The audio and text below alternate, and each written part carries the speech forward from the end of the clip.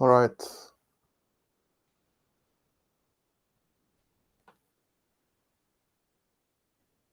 Share is taking place at a bit of an interesting time. It's about 1:30 in the morning, but it's Leil Shishi, so what better time could there be?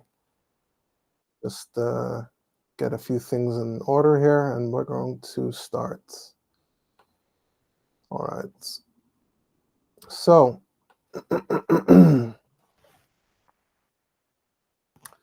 so after 2 days, first two installments that we've done here, in which we dealt with relatively shorter pieces each time, and yet each time somehow we managed to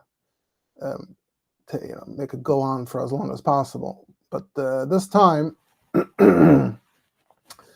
I presented myself. I gave myself a much bigger task, a much bigger undertaking, which is to go through the entire Hanacha or Rishima or whatever you want to call it, as we will touch on, of the Mitteler Rebbe from Tafkuf Ayin Bey's ורחל היתה, and to then compare that to the same Dibra Maschil in the Sefer Tורת Chaim by the Mitteler Rebbe, where it's even longer. So you may, to those who are familiar, you may understand how much time it Pasha takes to even review the material, and that's before you start preparing and editing, etc. Just to give you a sense of the proportion here, what we're talking about. The Hanach of the Mitteler Rebbe here is about 4,400 words, and the Teiras Chaim is about 13,300 words, if you ever were wondering, if you ever were interested in statistics. So that's an example of Mitteler Rebbe's earlier version versus the Teiras Chaim version. And by contrast, the Rishima of the Tzemach Tzedek, if you put both together, it's altogether about 500 words. And if 500 words turns into a shear of an hour and 20 minutes, so I'm afraid to think of how long this might be. But as we'll see, we're gonna stick to a very specific part, a very specific topic within that yam of material. But that's also why, even though initially I was hoping to do this every day, but this ended up getting delayed until now. But I can say, even though it certainly was a bit of made the task a bit more challenging, a bit more difficult, a bit more lengthy, I do have to say that this was always, you could say, a dream of mine. And if I can say, perhaps it's been a dream of mine for, you could say, 20 years, since I've been back in Mesivta age. The dream being to take these texts where you have the Maimer of the Alter Rebbe and you have the Maimer of the Mitteler Rebbe. I was always fascinated by how the Maimarim built on each other. So to actually take something from the Alter Rebbe, or at least in this case, the way the Mitteler Rebbe wrote it up initially, and to compare it to how he wrote it up much more ba'arichas, and to compare, contrast, was always something I was interested in doing. But the conditions to do so hadn't presented themselves until now. So this is exciting, and the Eibshter should give that we should be zeichet to fulfill many more such dreams and wishes. I'll mention parenthetically that I hope I don't have to explain what Teiras Chaim is, etc. Like I'm referring to many different svarim and concepts within the early Doros of Chabad Torah, the Alter Rebbe, Mitteler Rebbe. And even though I'm sure there's some who might be listening, who tune in, who check out these talks, these shiurim, so there might be some among the audience who might be interested, but I guess I'll have to wait for another opportunity to perhaps give some wider, broader background. So in Teiras Chaim here, it's divided into 12 Isias, only 12, but they're very, very long Isias. And ideally, I would actually summarize and give an overview of how these Isias track with the different sugyas that were discussed in short in the source. And the truth is that in addition to the general topics that are covered here, there are a lot of very precious geschmacke and yanim along the way, and each one could be worthy of discussion. But there's so much material to work with that it would be hard to fit it all in. So that's why I decided, I made a strong decision that instead of starting from the beginning of the Mitteler Rebbe and at least giving an overview, I'm just going to go straight to the topic of beauty, of yofi, like I promised, like I said to begin with. And that's apparently more or less what we're going to focus on in this discussion. And all the rest of the material is going to have to wait for some other occasion, some other opportunity. The topic of yofi in Teiras Chaim appears, if you want to look it up, it's in the last two oisius, particularly in Ois Yud Aleph, which in the new edition is page Kuf Ayin Daled Aleph and onwards, but also in Ois Yud Beis as well. And in the equivalent source in Tuf Kuf Ayin Beis, it's on page 107 Kuf Zayin onward. Even though these two sources, Tuf Kuf Ayin Beis and Teiras Chaim, track very closely to each other, and it's something I want to get into. We'll see if we have the time or not. There is one significant difference in the order. And when I went through the Tuf Kuf Ayin Beis, I actually marked to myself which ois in Teiras Chaim each passage corresponds to.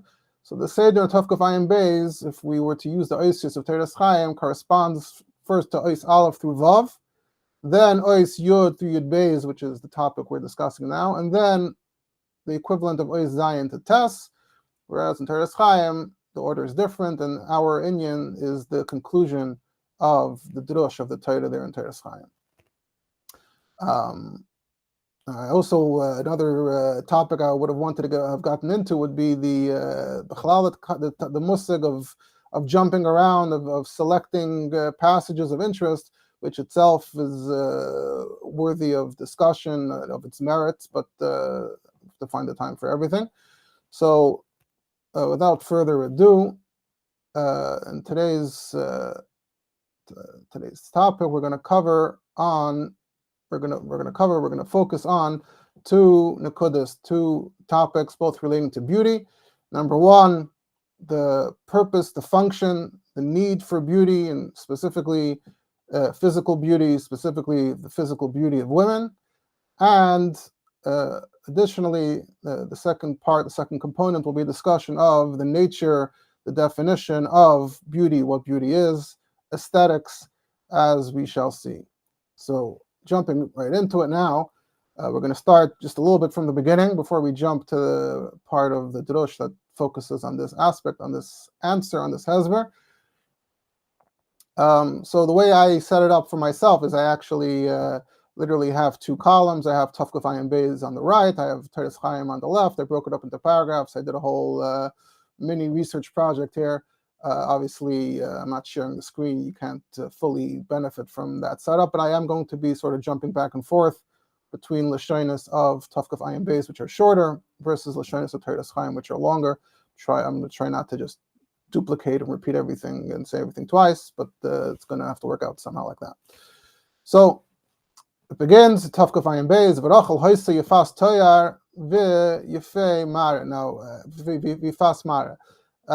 Now, just to point out, when the Tzemach Tzedek wrote it, it begins inyan. I don't have it in front of me now, but it starts off inyan that Rachel is described as Yifas Toyar and Yifas Mara, and like I said, it doesn't seem like it was said formally by the Alter Rebbe as a drush. So when you say a maimer formally, so there's a dibra maschel, as we all know, certainly today, the way mamarim of the Rebbeim are chazard with the nigim, with the ganze, the whole trask.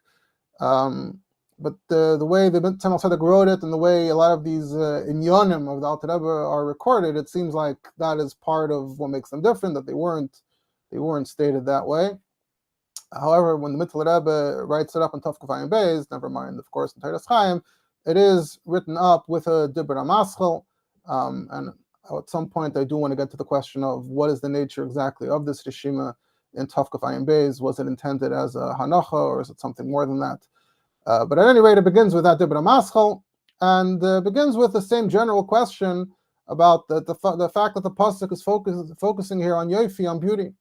So ורחל היתה יפס תואר ויפס מראה, And in Teiras Chaim, he adds the Hamshech, Vayehav Yaakov es Rachel, Vayemer Avadcha Shavashana Baruch Bitcha Aktana Chulu. And in Tov Kafayim Beis, he adds it's not just Rachel, but we find this in with the other Imoyos as well. V'chein Berivka Ksiv, Vanara Toivas Mara, Uvasara Namer Gamkein, Vifas Mara. So here in Tov Kafayim Beis, and as well as further on in Teiras Chaim, Mitteler Rebbe will be injecting the other Imoyos as well into the question and into the Hezber later on. I'm not sure how much of that we'll get to, but certainly Beruchnius Ha'inyanim, the other Imoyos play a role here as well in the Mitteler Rebbe's presentation. So the question is, in Tov Kafayim Beis, L'chayra ein lazeh tam klal, ki mazois maila yisera Beruchnius chulu. L'chayra, what's the way he's expressing the question is, like, what does this mean? What's the point? Why would this be an extra maila Beruchnius? So I just want to pause a bit and discuss the way the question is being formed here in contrast to the previous source.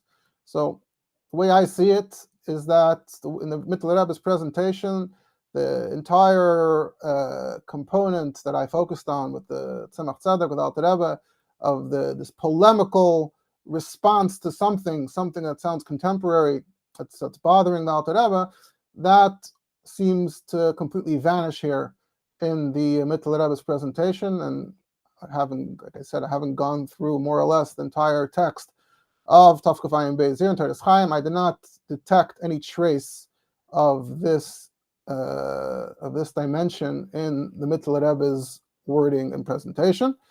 So the Mitteler Rebbe seems to be asking it a little bit more b'tmimus, meaning pshita vada that everything's beruchnius. I mean, even if we're talking down here begashmius, but what did the Avos and the Imoyos represent? What were their lives about? Beruchnius. So surely all the milas and all the praise that you're going to use to describe them are going to be beruchnius. So mazis maili yisera beruchnius. I'm trying to understand how does this add to what they represented beruchnius. But otherwise, beyond that, there's no additional. He's not like how could the Torah say this, or this is inappropriate. It doesn't have that tone at all. It's just, how did this end up here? What's this trying to say? And in Teiras Chaim, he expands a bit more. You know, l'chayra ein lezeh shavach v'yofi isha b'masha hosi yefas Torah v'fas mara tam klal b'inyan haruchnius b'kedusha ha'yoyna. The Kayadua Sheha'avis V'Haimois Hayu B'Dugma the Kedusha Ha'Yoyna Ha'Elikis, that the Avis and Mois down here, they reflect the model of Elikus above, and he gets into the specifics, which I'll skip. So you're going to tell me that down here she was beautiful, but how does that track? How does that fit into the model of that everything is supposed to match and track Baruchnius? And then Teiras Chaim, here is where he adds, and it's not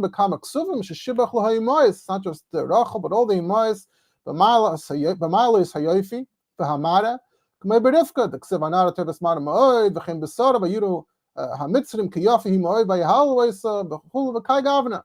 So you have these lashonas. And v'gam kan, she'omer v'rachel hoisi yifas teri yifas mara. So already here, so it's getting into, starts presaging the distinction. Sheshibach oisa b'veiz dvarim, b'yofi hatoyar, v'gam b'yofi hamara, which interestingly, sheberifkale omar rak toivas mara, v'loy toyar, uv'sara omar yadaiti ki yifas mara atzo, rivka tzara, just as mara. Rachel has both, Rachel has toyar and mara. So it seems like, first of all, it's just he's being medayik, because this is a vehicle explained, but if you want to add it to the question, we're going even further. Clearly, we're being very medayik in the precise nature of the beauty of the Himayas, and there's the precision here. And Sarah and Rivka, it's Tafka Mara, and Rachel, we're going out of our way to say it's not just Mara, but she's your fast tire also. But why is this important? Why is this significant? What does this really mean? And now in both sources, he quotes, Shlomo Malach says, Lehipuch, Lahashpil, Malas Achen V'Hayofi, Kamesha Kosov, and Tafka Fine Besh, Shekar Achen V'Havel Hayofi. So Shlomo is putting Chen and Yofi down, that it's not Choshev. And Teiras Chaim, he adds, if you want to praise a woman, you want to say that a woman is special, in the context of Tanakh. So the one praise that should be said, that should be stated, is that she's an Isha Yiras Hashem. But the Yofi is Sheker and Havel. So it sounds like we're making the case that it really doesn't contribute anything Baruchnius, which is what the Amai stand for. So why does it suddenly matter here? Tafkafayim Beis, he also mentions the pasuk Ksiv Nezem Zav Ba'af Chazir Isha Yafa V'Saras Tam. And in both, later on in the more Kabbalistic part, he explains the significance of that pasuk. So in Teiras Chaim, it concludes,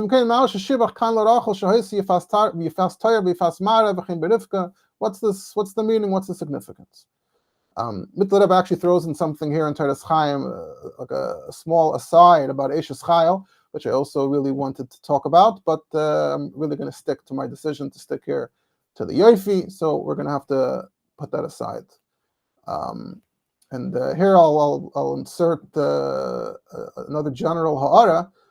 I didn't want to load up the beginning of this discussion with a ton of technical hakdamas, so I'll put it here.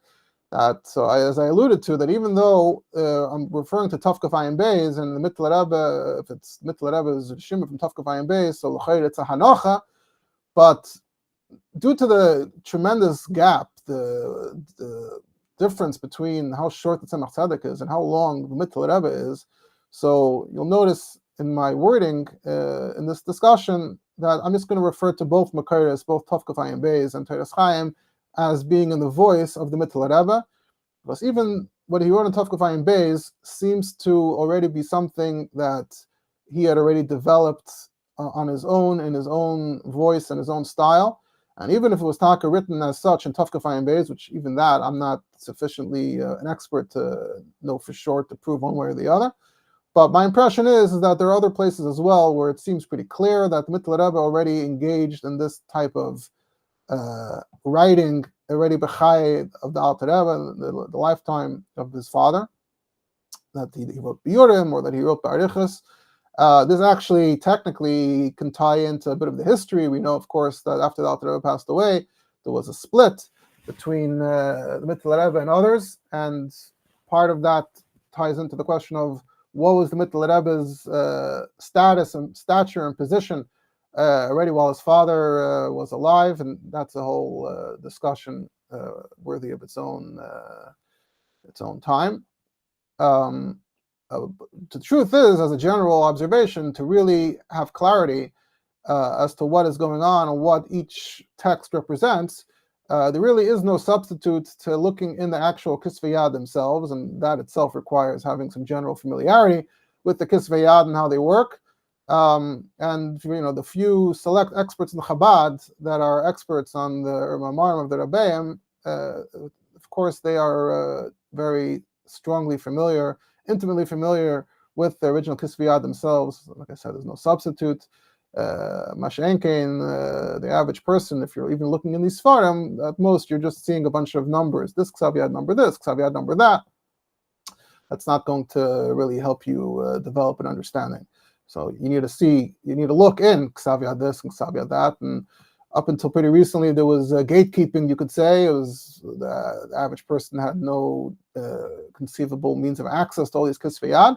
But in the last couple of years, with the library graciously scanning everything and uploading everything online, so we're in a different era where anyone could potentially, instead of having to work your way into the library, into the collection, and ingratiate yourself and the connections that were necessary, now anyone can just load it on their computer. It's hard to know how many people actually have taken advantage of this, but including myself, that I certainly have not done as much as I could or need to. But I'm hoping that if there's anyone who's a bigger expert who's listening, who comes across this, if they have any insight into the Mitteler Rebbe's writings, Tafkafayim Beis at this time, I would appreciate if anyone has any additional clarity. That's focusing on the Tafkafayim Beis. That's why I'm going to refer to Tafkafayim Beis as well as the Mitteler Rebbe. But there's also room for discussion over if Tafkafayim Beis is already the Mitteler Rebbe writing Ba'arichas, then what's the relationship between that and how it appears in Teiras Chaim, even more Ba'arichas. You might get to that or not. But let's move ahead. And now we're jumping ahead in the mimer. Like I said, in Tורת Chaim, it's shortly into Ois Yud Aleph, and in the equivalent part of Tav Kuf Ayin Beis. So now we get to the beer, the Hasber, specifically about the inyan of Yofi, and here we're focusing first on the first point of what the purpose of Yofi is, what does it serve, what's it contributing. So in Tav Kuf Ayin Beis it says Me'atu Yivin Gam Be'inyan Masha Kosev, Masha Nesbar, whatever the Rosh Hashanah says, inyan Yofi, but Imois. We're going to understand the fact that Yofi is mentioned with regard to the Imois, B'Sar B'Rivka, Ubefrat ורחל, שהייתה יפס תורת ויפס מara. Kloas hakavona eino al derech hapashat. He uses the words al derech hapashat. Surely it's not al derech hapashat, but yofi gashmi. You can't just be saying, oh, they were very beautiful. Fun fact. Shari Omar sheker achem evelay efichul, as we asked as we presented in the question as well. It can't just be al pi pashat. And it's interesting in this use of the word al derech hapashat, because we'll also see later, in contrast, how he uses al derech hapashat with regard to beauty in the positive sense. Here it's like in the negative sense. Can't be al derech hapashat. Look out for that lashon later. After all the hakdamas earlier in the interim in the drosh, so it's shem ban shebechol parts of liyosu b'chinas mekabel. We're talking baruchnius. Wherever you find the concept of a mekabel, tzrich aliyus b'chinas yofi elyon yoser b'chinas hadchar hamashpia. Wherever you have this dynamic of mashpia mekabel, the mekabel needs more yofi than the dechar hamashpia. And in Tורת Chaim he says the mashpia shu b'chinas dechar ein tzorich yofi kol kach. The mashpia doesn't need it. The mekabel needs it. And here's where he segues now into Gashmias. And I don't know if it's ironic, if that's the right word, but there's this interesting phenomenon here where we start off, the whole presentation is, it can't be Gashmias, it's Ruchnias, but then in order to explain and appreciate the Ruchnias, we're going to end up describing things, Begashmias, and in the Mitteler Rebbe's case, B'mayrich, about this Begashmias. And right now it's just about the very concept, the need for Yofi. So the Tav Kuf Ayin Beis, he says, b'chinas nekeva lamata, b'chinas nekeva. We talk about a nekeva lamata, she'ein isha ela liyofi. You have this lashon and chazal, this link between isha and yofi. That's what an isha represents. Isha is for yofi. K'may shenira b'chosh b'teva habriya hanoshim yoser yafes min hanoshim. As we see, taka b'chosh, we can see it very easily with our own senses, that when it comes to nature, women are more beautiful than men. In Tורת Chaim, the lashon is al kei nir la'ayin shegam b'teva anushis lamata b'seder teva habriya harei hanoshim yafes b'tziva min hanoshim al haroiv chulu. Here the Mitteler Rebbe adds a bit of a clause, al haroiv, for the most part. And in Tורת Chaim he adds butam mailas v'shavach t'knesset Yisrael b'yofi b'kol shir hashirim k'may shekasav hinach yafa v'rayasi chulu. So that also explains why this is taka used throughout Shir Hashirim, besides for the general concept and format of Shir Hashirim, but there's specifically this word yafa, yafa banashim. So we see it being used as praise, not just in the context of the Himayas, but in Shir Hashirim as well. So that's being used as a positive attribute. Obviously, we're sort of toggling between Gashmis and Ruchnis here. So just to pause here a bit, first of all, with regard to the Lashon al Haroiv, which maybe it's a bit tongue-in-cheek or not, or that's just how I'm reading it, but saying that the Yafas al Haroiv, so maybe here's where we can mention there's a story in Chabad, not a very well-known story, sent to me by Chacham Echad, someone who's being oisik in Sipurei Chassidim. I don't know if he wants an official shout out or not, but he sent me the text of a story that I'm not even sure if it's ever been published before or not. But the story is a long story about an aguna involving the Rebbe Marash, and in the story, the Rebbe Marash is talking to someone and says, "You asked me about agunas. When it came to agunas, that was my father's thing. That was the Tzemach Tzedek. Tzemach Tzedek was famous for dealing with agunas, sometimes b'halacha, but sometimes also by other means. So the Rebbe Manash in this story says, let me tell you a story that happened in the home of my mother, the Rebbetzin. Interesting, the language, my mother's home. I guess the rooms of the house, or the sections of their the chutzner were divided, and there was the Tzemach Tzedek's room and the Tzemach Tzedek's house and bias, and then there was the Mitteler Rebbe's shtub, whatever the wording may have been. So by Irden shtub, there was a very distant relative from her family, which is interesting what exactly that means in terms of the family tree. She had a distant relative from her family whose husband left her, and she ended up, so she didn't without a husband, so she I guess she didn't have a home to remain in, so she ended up latching on to the Haif in Lubavitch. She was a misharesas. She was a maid, a servant in my mother's kitchen. And apparently the Marash added, he says, Nishkim Pella, it's not a surprise that her husband left her, because the Lashon in Hebrew is Ki Haisa Muchaeres B'Yoser Ein Dugmasa.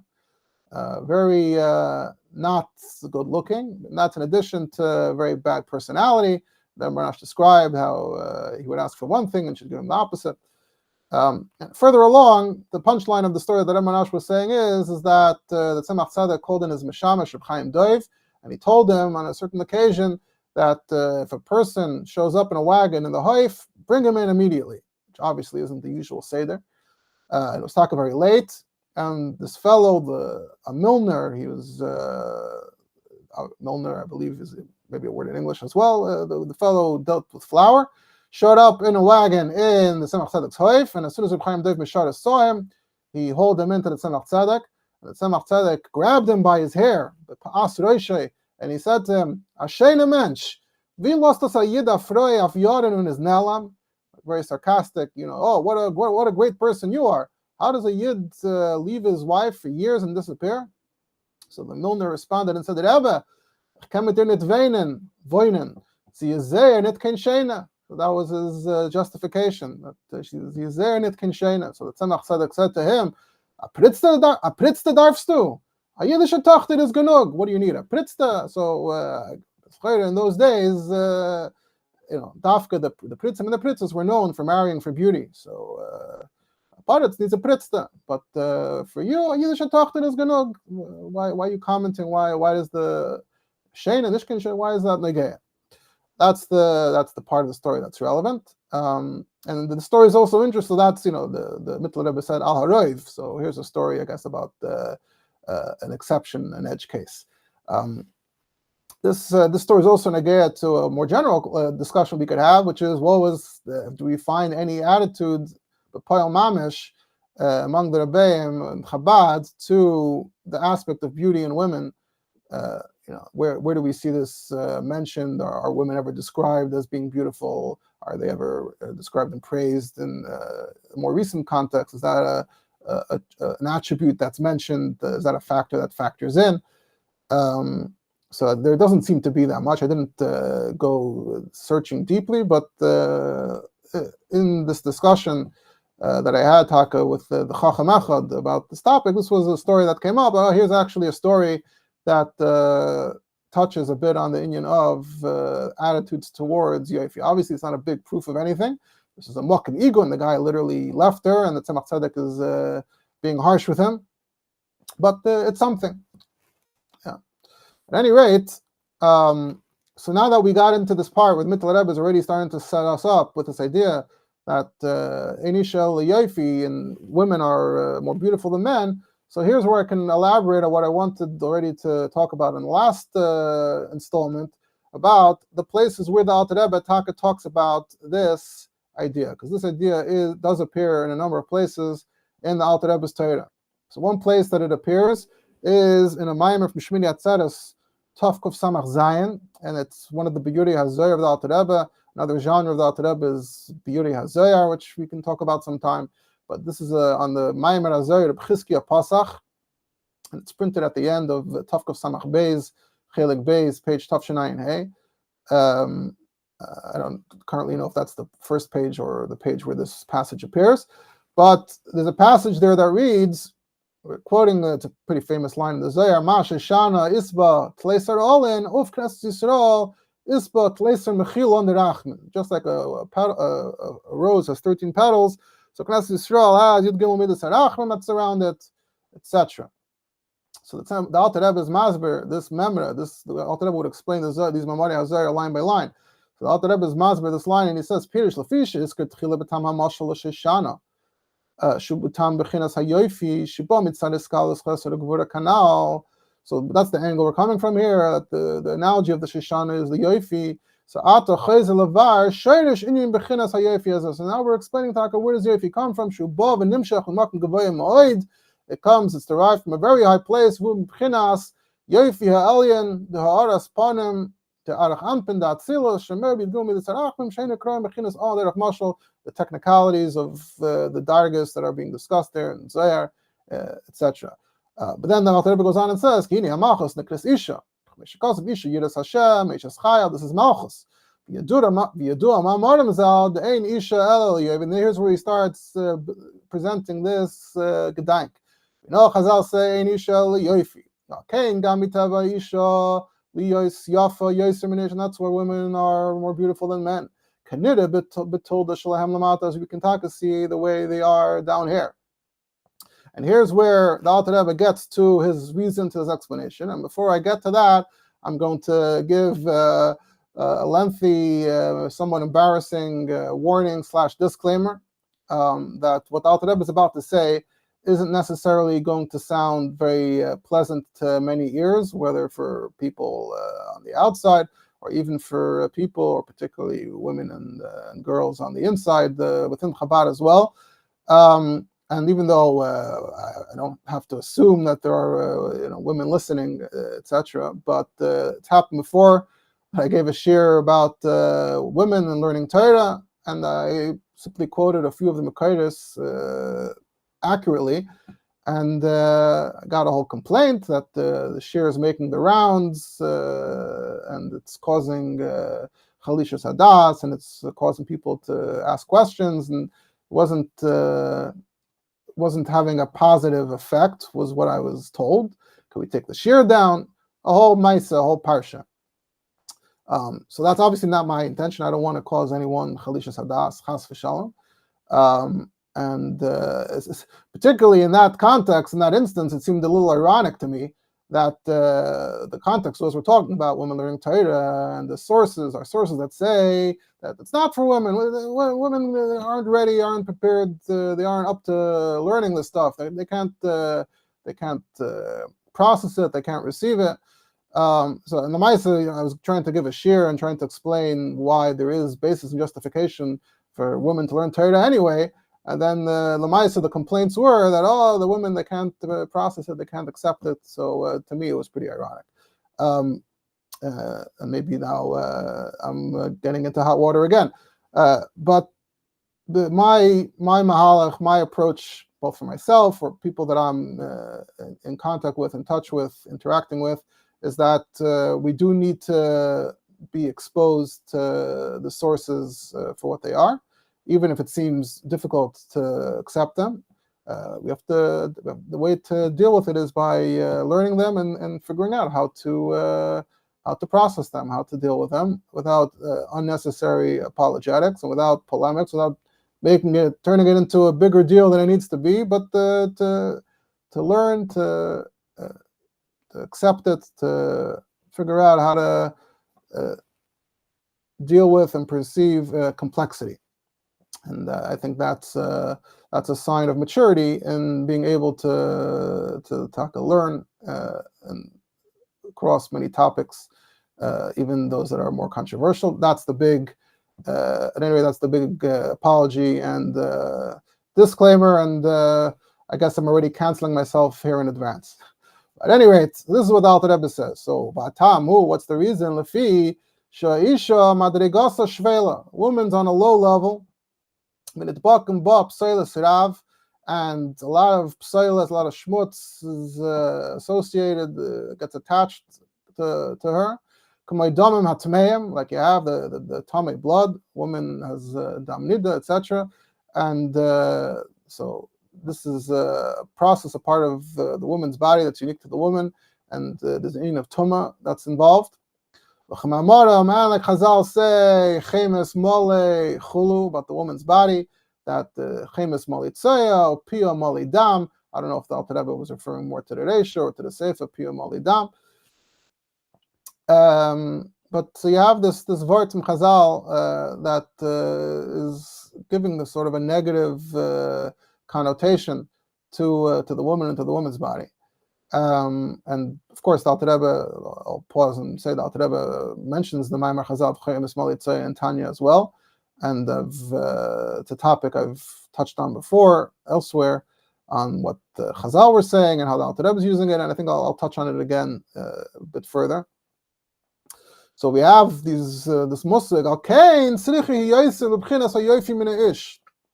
This is all from Tafkuf Samach Zayin. That's why she needs beauty more. Why? To compensate. Kamishu Yoyse B'Chayshach, and the Alter Rebbe gives another marshal, that someone who is in the darkness, Tzarech Lahar Lo God Lo Yoyse Kadesh Li Yuchshach Oide B'Yoyse Chul.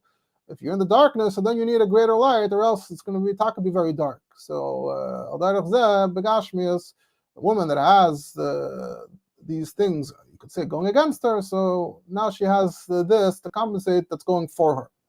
And then back to the Nimshal, so etc., the way he explains it there. So this is all corresponds to what already the Tzemach Tzedek mentioned here, very, very bekitzer about the chizuk, and didn't really spell it out, Begashmias, but in other places, the Alter Rebbe spells this all out Begashmias, and that's what the Mitteler Rebbe here on Tafkuf Hayim Chaim is basing himself on. This Alter Rebbe did mention it a number of times. And while I'm at it, I'll mention that there are another two places where the Alter Rebbe mentions this idea a little bit bar chava. There are other places maybe where it's mentioned bekitzer in passing. I'm not going to mention those. One place is the Alter Rebbe's beer on the Maimar Hazayer Kegavna. Everyone is familiar with the Maimar Hazayer Kegavna. It's the top Maimar Hazayer out there because it became, as we know, part of the Nusach the Chassidim say between Kabbalas Shabbos and Ma'ariv, or however you want to define it. But it's after the Kaddish, before Baruch Hu, Chassidim say Kegavna. And so it's a mamash, a Maimar Hazayer that became part of the Siddur Kamat. Now the Rebbe has a beer on this Maimar Hazayer, so not like all your other Mamari Hazayer that are perhaps more obscure. While I'm already touching on this, on the Rebbe's beer on Kegavna, I'll mention that there's some interesting background to how this passage Taka ended up in the Siddur. You can look it up on Hebrew Wikipedia Bekitzer, or in the book Hanhagas Kabbalius B'Shabbos by Moshe Chalamish Barichas. And on a personal note, I'm always very interested and deeply interested in all the details of the development of the whole Seder of Erev Shabbos and Leil Shabbos. It's a big sugya in Yiddishkeit, in the practice of Yiddishkeit, to trace the many pratim and steps, specifically with regard to Erev Shabbos and then and Friday night. So if you look in these sources, you'll see that Kegavna does not, sometimes we describe the Nusach, the Siddur of the Chassidim, as seeking to follow the Nusach Hari, the Siddur of the Ari. But Kegavna is not something the Ari said to say. It did not appear in the Siddur Hari, different types of Siddurim that were published by different people. The first source in print, apparently in a Siddur, is dafka among a different group of chassidim, not even the chassidim, but among the Chassidei Brod. We know that in Brod there was a klois, and in the klois there were people that were the concept of a klois in general, you could say, was an earlier version of a koil that we have today in some sense, and that itself is an interesting topic in its own right, the history of the klois. And the people in the klois tended to spend many years there, and so that was the type of place where you might have those that are misnahig b'chasidus. When I say chasidus, so what we're saying is that it's coming from the world that we find ourselves in today. So everyone knows chassidus, it refers to a very specific thing from Talmid Baal Shem Tov HaMagid. But this is really an interesting topic, an interesting question about this concept of Chassidim, of Chassidus, using this term, using this descriptor, the context and the background for that.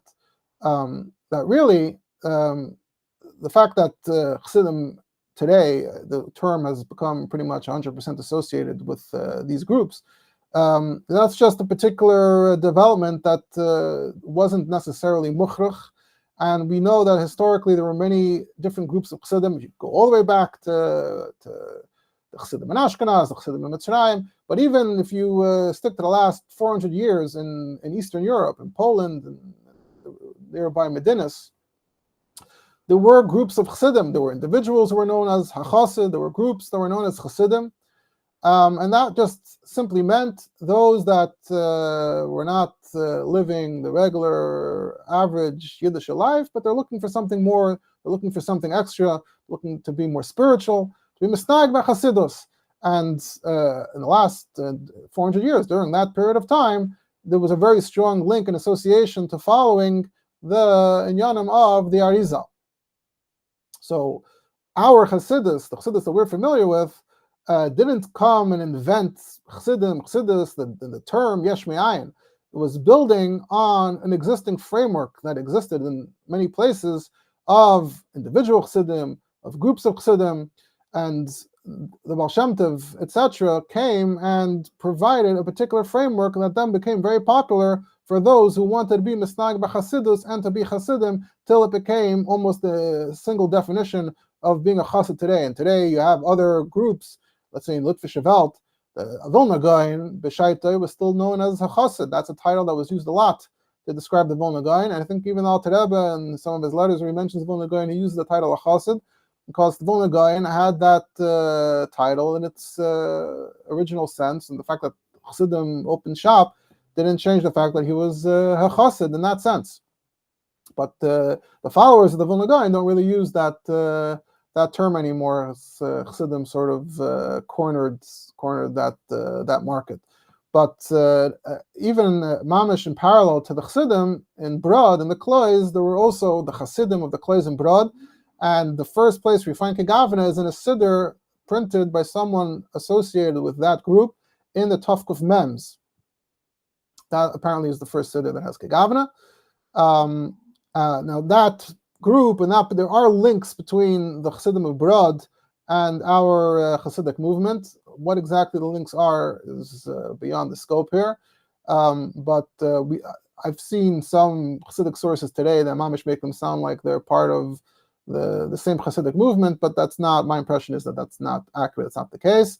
The person who printed the siddur described himself as being a Talmud of Reb Chaim Tzanzer, not the famous Divrei Chaim of Tzanz, but as everyone who's familiar with both knows, there's Reb Chaim Tzanzer of Brod, of the Klois of Brod, and he's a Talmud of him. So Chassidim who were closer to Brod later in Poland, there seemed to have been more of an overlap of a connection, but what exactly that connection was, I can't say precisely, but I would still say overall that it's not the same Chassidic movement. So that's interesting, that they were actually the first to put it in the siddur. And then if I understood correctly, the next siddur, which we find that has Kegavna, is the Alter Rebbe siddur. So meaning the other early siddurim that were linked to Chassidim, to our Chassidic movement, still did not have Kegavna in it. I'm not sure if it didn't have it at all, or maybe some said to say it, but they didn't copy it in. I'm not sure, but the sense that I have is that the first one is the siddur of the Chassidim of Brod, and the next one is the Alter Rebbe. So the Alter Rebbe is the first one to really put it officially in Chassidish siddur. So that itself, I think, gives some interesting background and perspective on the significance and importance of this contribution, this part of the siddur. That, I guess from a Lubavitcher perspective, it's the Alter Rebbe added it. Obviously, we look at the entire siddur as being the Alter Rebbe's creation of Chiddush, but something like that to have been added by the Alter Rebbe, I think, makes it more meaningful. And like I said, the whole topic of Erev Shabbos and Kabbalah Shabbos, these are topics I'm very interested in, and maybe we'll get to it again sometime. So back to why I was mentioning this. So the fact that Alter Rebbe added Kegavna, we're going to appreciate that much more, or vice versa. We're going to appreciate the fact that the Alter Rebbe Taka gave us a full, specific, detailed beer on the Maimer Kegavna according to Toras Chabad, and it's printed in the Siddur Dach by Kabbalah Shabbos, and Siddur Dach was recently reprinted beautifully, and now it's in Chelik Beis, page Reish Nun Aleph Beis and onward. And they also have detailed sikumim, summaries at the beginning of the volume, which is a nice development in Kahas Farim lately. So we can appreciate the Alter Rebbe added to the Siddur. The Alter Rebbe gave a beer, just like the other Biyuri Hazaya, but he did one on Kegavna. And this drush is from Tavkuf Samach Ches, and it's also printed in the Mamorim of that year as well. And B'chal, if you look in the Siddur, it's not a chiddush. Anyone who's somewhat curious has opened the Siddur Dach, but it's just worth mentioning that if you look at the section for Shabbos, there's like a whole program of chassidus for Shabbos. There's two shtiklach on Pasach Eliyahu, there's on Kegavna, there's on Maimer Hazer B'negei Suda Shabbos, Leil Shabbos. There's also on the Mizmorim from the morning. That's more like Pesach Dezimra, Nishmas. Okay, that's similar to the Me'ach Choil, I guess. But you have Pasach Eliyahu, Kegavna, Sudas Leil Shabbos, one on Sudas Yema Shabbos on a Maimer Hazaya, you have one in Yigal and Tameh, and there's one on Sudas Shlishis as well. I think also on Maimer Hazaya. So there's like a whole almost curriculum from the Alter Rebbe on the Seder of Yema Shabbos, and it's just worth remembering, keeping that in mind, that this is a resource that exists from the Alter Rebbe and Mitteler Rebbe himself. So back to what we're discussing, Yofi of Nashim. So this Inyan is also cited there specifically for the shtickle on Van Paha Nehirin B'Nehiru Ilah. Now we have a tune for it, a niggin from the last couple of years on Van Paha Nehirin, stuck in my head now that I'm saying the words. So we have Van Paha Nehirin B'Nehiru Ilah. It's also often where the Chazan finishes the paragraph. That's usually often where the Chazan starts from. So Van Paha Nehirin B'Nehiru Ilah, the faces are shining with sublime light. So the Alter Rebbe asks there that Van Paha Nehirin makes sense in light of how he explained Ves Atras B'Chama Itrin. Malchus is being Mevar Berurim, and from being Mevar Berurim, that's Ves Atras B'Chama Itrin, and that also has an element of Ha'aras Panim. But that's all Malamata, it's coming from the Berurim. But what is Van Paha Nehirin B'Nehiru Ilah? The light is coming Malamayla. So the Alter Rebbe starts explaining the inyan of Ha'aras Panim Malamayla. The Alter Rebbe says that the Malchus Taka needs Ha'aras Panim more than all the other Sfiris, because it's the last one, it's all the way at the end, and it's going down into Biyah, and the Chetzonim have an Achiza there, like it says, quote Maimer Hazayar, Chivya Kotir L'Raglohi de Nukva, there's a snake that's tied to the feet of Nukva, the Pesach Chatus Reivitz, Raglea Yerdus Maves. So for these reasons, it needs a Tesefes Ur Milamayla. So it has all these things going against it, if you start noticing the pattern. So it needs a boost of Ur Milamayla, using that wording, it shouldn't mamish darken, Micheshchas Unikas Achitzoinim. Like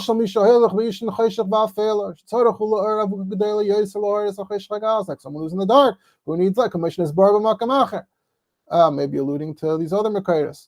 So that's B'chlal. So that's why there's a Ha'aras Panim every day, Berchas Kainim, but then specifically on Shabbos, there's Ha'aras Panim Malchus, Mata Lamayla, like the Alter Rebbe explained.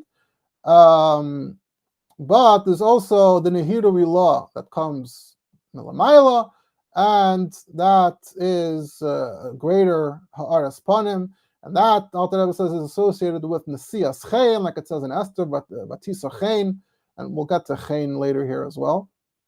And that's why Chazal say, Ein Isha El Yofi, and that's where the Alter Rebbe again repeats this Gedayim. Right? Ein Isha El Yofi, Kateva HaNoshim Shen Yofes Yeser Min Ascharim, V'zeh Bo Mishnei Sibir. The Alter Rebbe gives two reasons. Aleph, it's Mitzad Ribu Damim Tmeim. One is that there's so many, we mentioned earlier, the Damim Tmeim, but here the Alter Rebbe uses it differently. The Alter Rebbe says, it's Ribu Damim Tmeim, Ukshem Meyapen Hapanim. Dafka, after the process, the woman undergoes the process of working through these damim tmeim. Once the damim tmeim clear up, then it beautifies the face. It would be interesting, I guess, to check the Begashmias L'chayra does, I didn't think about it before I went into this, but l'chayra does stem a little bit begashmias that I think it's said that depending on where the woman is in the cycle, there's a greater attractiveness, dafka, not during that point, but dafka during the opposite part of the cycle. So, when those dam tmeim clear up, meyapen upon him, then it beautifies the face. But here the Alter Rebbe is using that as a reason why they're yofis yoiser min ascharim, but dafka through that process of being mevar the dam tmeim, so then it adds a whole nother dimension of yoifi that scharim don't have. That's an extra point. And then va'abez, similar to what we said before, let's start oitzim katnus madregasa ki chemes meliatzoya opia malidam. Here it's the ganze lashon of the Chazal. Yitin b'haris panim lamayla kadei sheyehei hakoil ratzon achareha v'lo yimosua, like a takas in Chazal there about koil ratzon achareha. The Alter Rebbe says kadei sheyehei hakoil ratzon achareha. After Chazal convinced us that chemes meliatzoya opia malidam, so Gemara says it a little bit like a shot about koil ratzon achareha, like what's tak pshat. No, it's Kadeshi Akar Ratzon Achara. The Alter Rebbe is saying it as a positive, that's we need the Akar Ratzon Achara, V'lo Yimasua, so that's why there's Yoifi. And then the Alter Rebbe says, so the same thing as the Maila Isha Yoina, that's Ein El Yoifi to get an artist panim, Simon Lamata, that the artist panim Lamata, that's more like the Birurim. Like the Alter Rebbe said, there's the Birurim, the artist panim Lamata, that's like the 5 Dam Tmeim that are Nizbarer. So that's one reason for Yoifi. And then there's the other union of Yoifi, that because the Oitzim Katnas Madrigasa, so you need a artist panim lamayla to give it a boost, to give it an advantage. There the Alter Rebbe, that's all when Malchus Astaka Yedis Lamata. But when the Perurim will be over, that's where it says Shekar Achem Evel Yoifi Ishi Yiras Hashem Yisis Halal. That then Malchus will be oiler B'chinas HaKaser. Then it's a whole different model, a whole different framework. Mitteler Rebbe also here in the two sources here also explains Shekar Achem this way. We're not going to have a chance to get into that. Another interesting source that the Alter Rebbe mentions this concept of Enisha L'Yoifi, this whole shtickle actually ties back into what we were discussing in our first installment. We were talking about the Alter Rebbe's Torah for the Tanaim of the Chekaser in the winter of Tafkuf Samach Tes. So we spoke about L'Havin Yinachamar Medina, but we mentioned that there's also Hamagid Mereishis Achris, which the Alter Rebbe said on the Nusach Shtar Tanoim. Now, what's the Hamagid Mereishis Achris about? It's explaining She'era Ksusa V'Inosa Alpi Primius. And we find that the Alter Rebbe not only said that, but the Alter Rebbe also said a beer, which, as we mentioned, the Alter Rebbe would say the same. We stated Ba'emek Yosef more Alpi Kabbalah. So that was the derech of the Alter Rebbe. So there's a beer of the Alter Rebbe on Hamagid Mereishis Achris. He said it on another occasion, not B'Shas Ma'aseh. It's printed in Tafkuf Samach Ches, Chelik Aleph, page Tafkuf Samach Aleph onward. And there, a few pages later, in Tafkuf Samach Ches, there's a shtickle over there. Me'ata yesh lahaven inyan hasivloinus, the gifts that the Chassan gives the Kala. But before I say what the Alter Rebbe said in the beer, let's back up and look at what the Alter Rebbe said in the original Hamagid Mereishis Achris. The Alter Rebbe said that Kedei sheyiyeh oifen hatainug b'matzil sheyisanig b'bchinas hayeridus v'ha'aliyas dafka. The Alter Rebbe just finished explaining that the way the Eibusher set it up is that there's aliyas and yeridus, and there's ups and downs, and there's Shabbos and there's Choil. It's not just one consistent straight thing. That's dafka the way the Eibusher set it up, and that provides the tainug.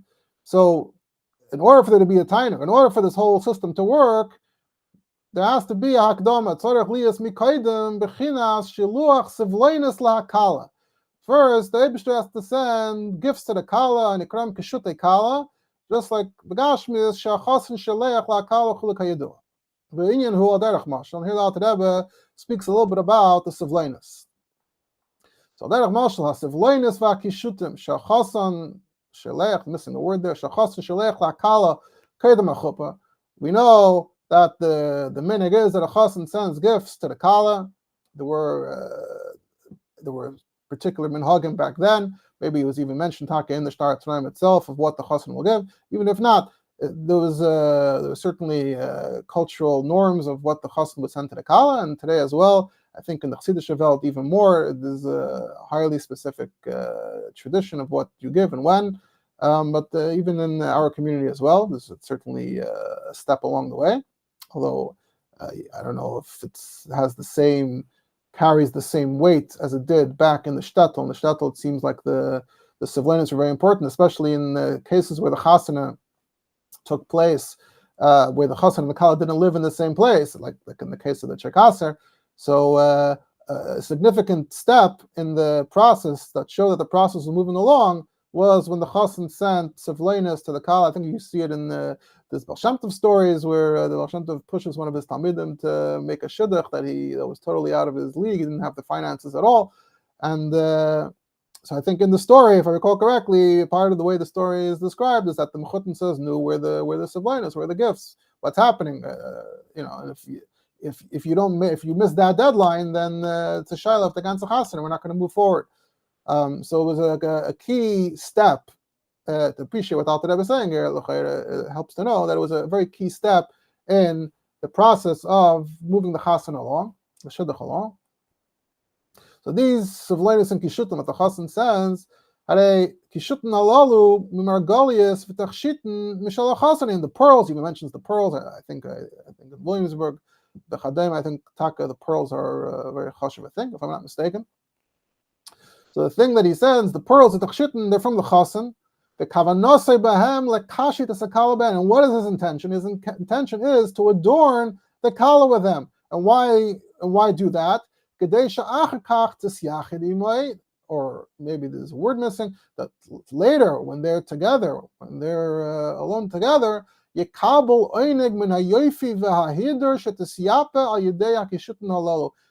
he will be able to enjoy the beauty, the glory of the kala being adorned with his kishutin. Very interesting, strong language here, if it's talking from the Alter Rebbe. So the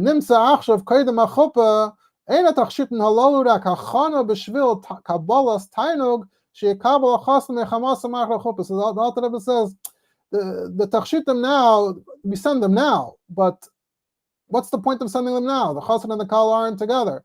The chassan is sending things for the kala to adorn herself with. They're only going to spend time together really after the chuppah.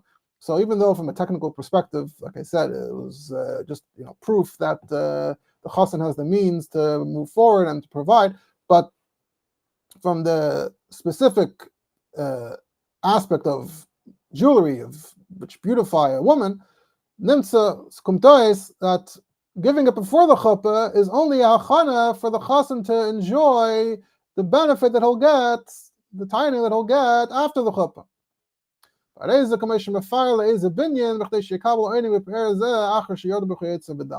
another mashal is like beautifying a building so you can move into it later. That's the mashal. The nimshal is, so I think it's a very special lashon here of the Alter Rebbe, the way the Alter Rebbe is describing Seder Shtalshlah. The mashal is the savlenis lamayla geshutei kala. Those are the Erdis Oyenim to Toyu that are higher than Atzilas, but then they descended in Shirdas HaKelim, and then when they're in Nisbar, they're called Kishutin al Derech Mashal Avonim Taivis Shemeinim B'Yesek HaYidua. These are the diamonds that Hashem sent in advance. V'shiluach HaSivlenis Halalu Me'atzmas HaMatzil, and sending these gifts from Atzmas HaMatzil is al Derech Mashal, like the Sivlenis of the Chassan sends this call before the Chuppah, that with this he demonstrates Shemara B'zeh Shiluach. By sending it, there's like a wink that's looking forward to afterwards. Can't wait to see you in and afterwards. Before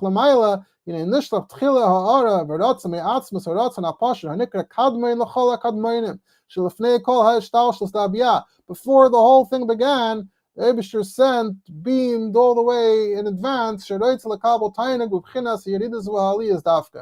Hashem already sent the indication that he wants this whole relationship. And he'll receive that tainig from the process of yichudim.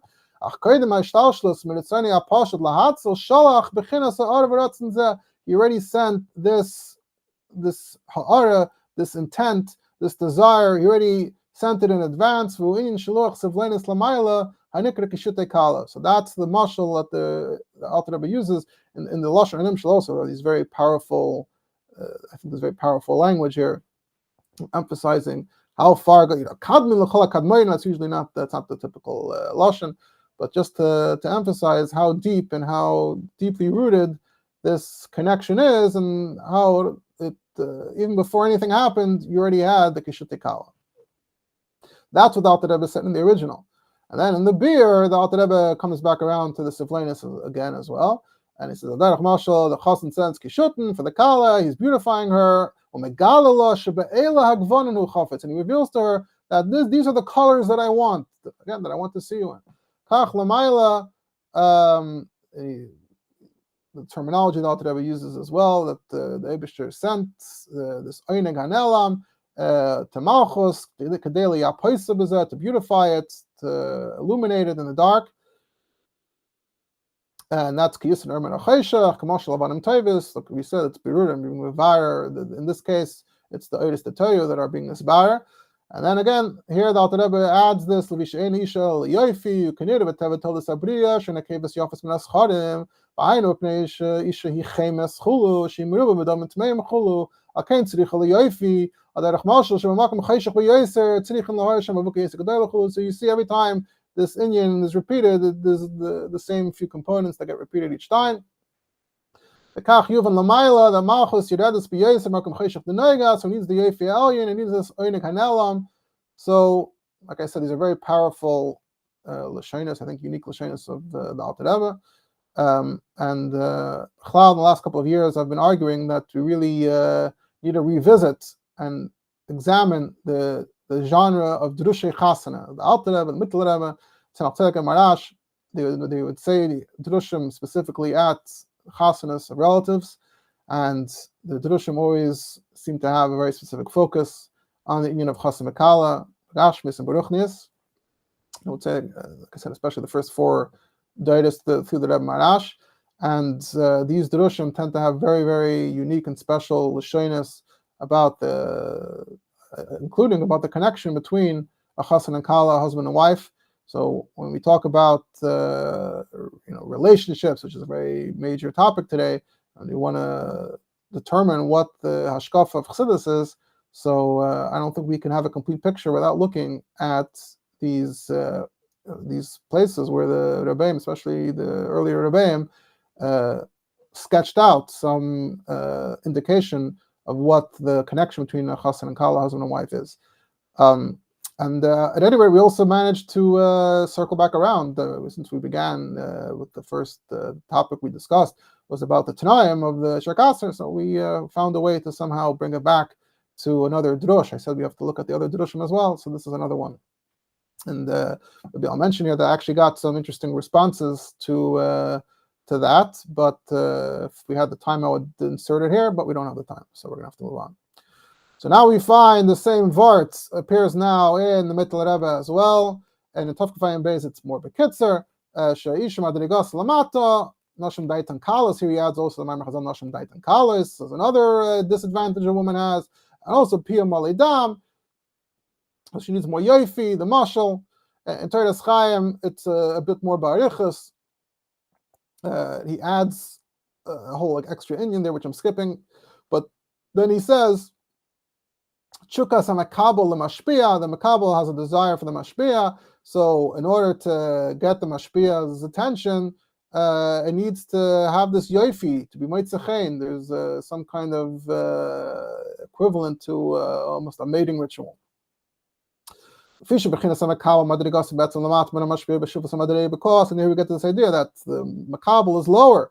So why would the Mashpia have any interest in it? The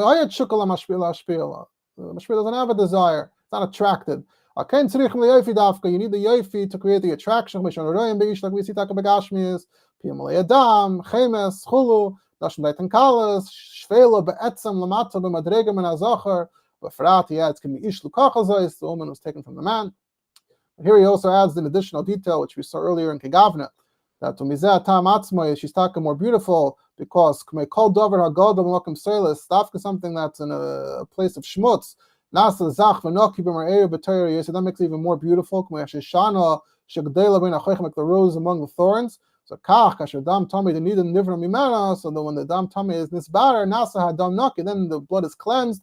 and it beautifies, which we saw earlier, the Alter Rebbe used to correspond to the Yofi Milamata. At any rate, in considering the different svaras that we're giving here, this one's a bit more nicer, more positive, that at least Nasa Adam Noki, but yeah. The Derech Mashal, again, the Yeshe B'Choshech, and here also the Mitteler Rebbe adds and mentions Tachshitim as well, which is interesting, like in the Magid Meresh. So Tachshitim, Leisha Dafka Leilish, the jewelry is Dafka for women, not for men. Back to the same thing, Nukva is Shuflas Amadrega, so they need Yoifi and they need Kishutim, Lahar Pana, Yeser Meneish. So we need all of this to compensate, and both Yoifi and Kishutim. So as we saw earlier in Magid Meresh Achris, Alter Rebbe already made the link between Kishutim and Yoifi. Alter Rebbe's context there was talking about Kishutim, and yet he turned it into the Einishal Yoifi as well. Here it's the reverse. We're talking about Einishal Yoifi, but the Mitteler Rebbe also throws in the Tachshitim. So Lamaisa, what we see here, and like I said, it's somewhat ironic. After the whole mimer starts off, who needs beauty? What's beauty for? What does it accomplish? But Lamaisa, after the entire mashal, we see that there is a pretty strong stance here, and very detailed, specific stance on the link, the relationship between women and beauty. I would say that this may be of even greater interest today. Back then, maybe it was seen as more of a theoretical thing. By the way, why is it that women are more beautiful than men? It wasn't something people necessarily questioned or thought about too much. It was taken for granted. But in today's day and age, where nothing is taken for granted and old assumptions are being questioned and challenged and overturned, and specifically the way the Alter Rebbe, the Mitteler Rebbe are framing it is women versus men, and the status of men versus women, of course, is up for much discussion. So it's perhaps more interesting in light of that. Like I said, back then it wasn't necessarily a question that people sat around talking about, whereas today it is. Another point I would make is that it's possible, although not mukhrach, to say that Chazal are coming from the other angle. Could be that Chazal, when they said Chemes Malitzaya, Pir Malidam, Kalaratzanachara, it would seem like Chazal are maybe perhaps coming from the attitude, obviously there's something, there's an attractive quality. There is Yoifi. Chazal were saying, however, why is everyone ignoring the fact that there's also an union of Mius? So the Chiddush, the emphasis is, by the way, you should know that there's an union of Mius, and yet, you're right, Samachara. Whereas here, the framing seems almost the opposite to me, where like the Mius is taken for granted, like Avada, all these things, Chemes Malitzaya, etc. And the Chiddush here is that, by the way, there's also an union of Yoifi. And I've pointed out before that I actually have already a few years that I've pointed to some of these passages in the Alter Rebbe, where the Alter Rebbe says this. As I like to often do, I like to point out, for often sometimes we're familiar with one source, and that one source, that's the famous source, presents things in a very one-sided way, and we're sometimes lacking extra context that you can find by looking at additional sources that provide another dimension, another side, another aspect that provide balance. So this is an example of that, where in Tanya, Perek Yudaled, pretty famous, the Alter Rebbe mentions this Maimer Chazal of Chemes Malitzaya. So the Alter Rebbe elevates and platforms this Maimer Chazal. Not every Maimer Chazal gets that much attention. And even in Perek Yudaled, I've pointed out that the context in Perek Yudaled is not talking about women and attitudes towards women. The context there is tzarech lekboyle itzim gamkein lashis eitzis benafshay liyis moyes bara. It's just like you should take time out to be moyes bara and think about chemes malitzaya and think about that the food you eat turns into tzaya. Like just a general meditation Alter Rebbe recommends in Perek Yudaled, which is itself interesting that's how he uses it. Alter Rebbe calls it an eitzah, I believe. It's one of the eitzahs of Chazal, which is also not necessarily how it's presented directly, explicitly in the Gemara. But at any rate, you look in Perek Yudaled, so you only see this one side, that Chemes Malitzaya, as if that's all the Alter Rebbe ever had to say on the topic. And yet, so when you see, I've pointed out, on this occasion we've gone through multiple such sources, but even in the past, having come across at least one of them, I pointed out that here you see the Alter Rebbe is presenting a fuller, more balanced picture where, yes, there's the mios, there's also the yofi, and there's an emphasis on the yofi, and one of the sources we already saw, that's Kadeshi Yiyu Akol Ratzon Achara, and this is a mashal from Malchus. So we speak about Malchus, we don't just emphasize the negative in the spiritual context. Malchus overall has a pretty positive reputation and connotation, and so it just provides more context and balance. Moving along. So now the Mitteler Rebbe also firzois the nimshal. I'm going to have to be mekatzer here, but the same thing as Takal Amayla, the Malchus needs the yofi, and that's Yudum with the Sarachmim, etc., etc. And again, already here, Mitteler Rebbe throws in, and that's why it says ורחל היתה fast Torah fast Mara Baruchnias Malchus. Okay, but let's move on though to the next. So that was all, you could say, almost the first half of what we were going to discuss here, and I'm a little masupik if I should even continue with the second half or save it for a second installment. The shaila is when the second installment might happen. So maybe you know beinecha that this is 2 parts in one, but also have to work with the time that we have, and it's pretty late. But at any rate, now we come to the part where the Mitteler Rebbe actually describes the union of Yefas Tayar Yefas Mara. So now to explain more specifically why, we explain b'cholos the union of Yofi. That Yofi does have a purpose. Yofi does have a context, and as a context Baruchnius. As usual, it's always a bit the line between Gashmius and Ruchnius is blurred. So, like, what are we saying Lamaisa about Rachel? We are also ultimately explaining that the Gashmius does reflect the Ruchnius, and that the Gashmius is a Shevach Baruchnius. That l'chayra, even though it's not fully ever spelled out, but that's l'chayra how we can understand it. So now the Mitteler Rebbe says, I'll quote more from Teiras Chaim, that she had Beis Milas, Torah and Mara, that's either Vusi Yisera, Haya came B'Zulasa, Rivka and Sarah are only Mara, and Rachel is the only one who has Torah also. So Yuvim Behektim Tchila Efresh Bin Torah Lamara B'Chlal Al Derech HaPashat. And I mentioned earlier about this term Al Derech HaPashat. Earlier we said, it's not Al Derech HaPashat. And here the Mitteler Rebbe says, let me explain to you what Torah and Mara are, Al Derech HaPashat. And here the Mitteler Rebbe is going to get into remarkable detail about the nature of beauty. And this is what Mitteler Rebbe says. What is Toyar? Shezeo rak oifen hatzir v'hatmuna hayafa. And then Lashon Yiddish, he adds Gestalt. Begeshem hoivarim b'toyaram v'tziyuram.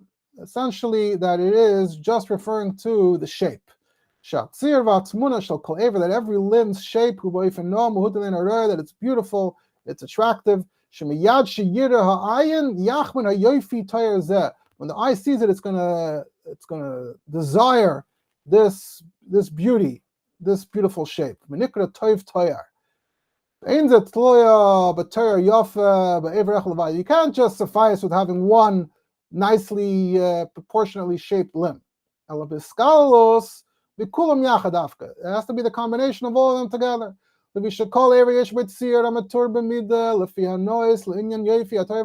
Every limb has its ideal shape that would be considered the shape that is necessary to make it beautiful, to have the beautiful shape. It can't be long or short or too round. And Tafkaf Ayin Beis, he also says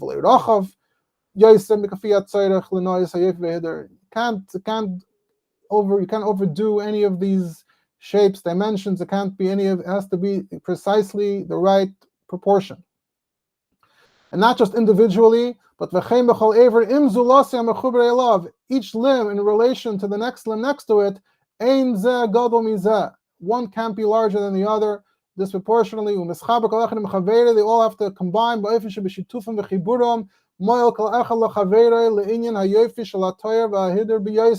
So dafka, it's the combination of where they all are proportionally apportioned, and it all comes together nicely.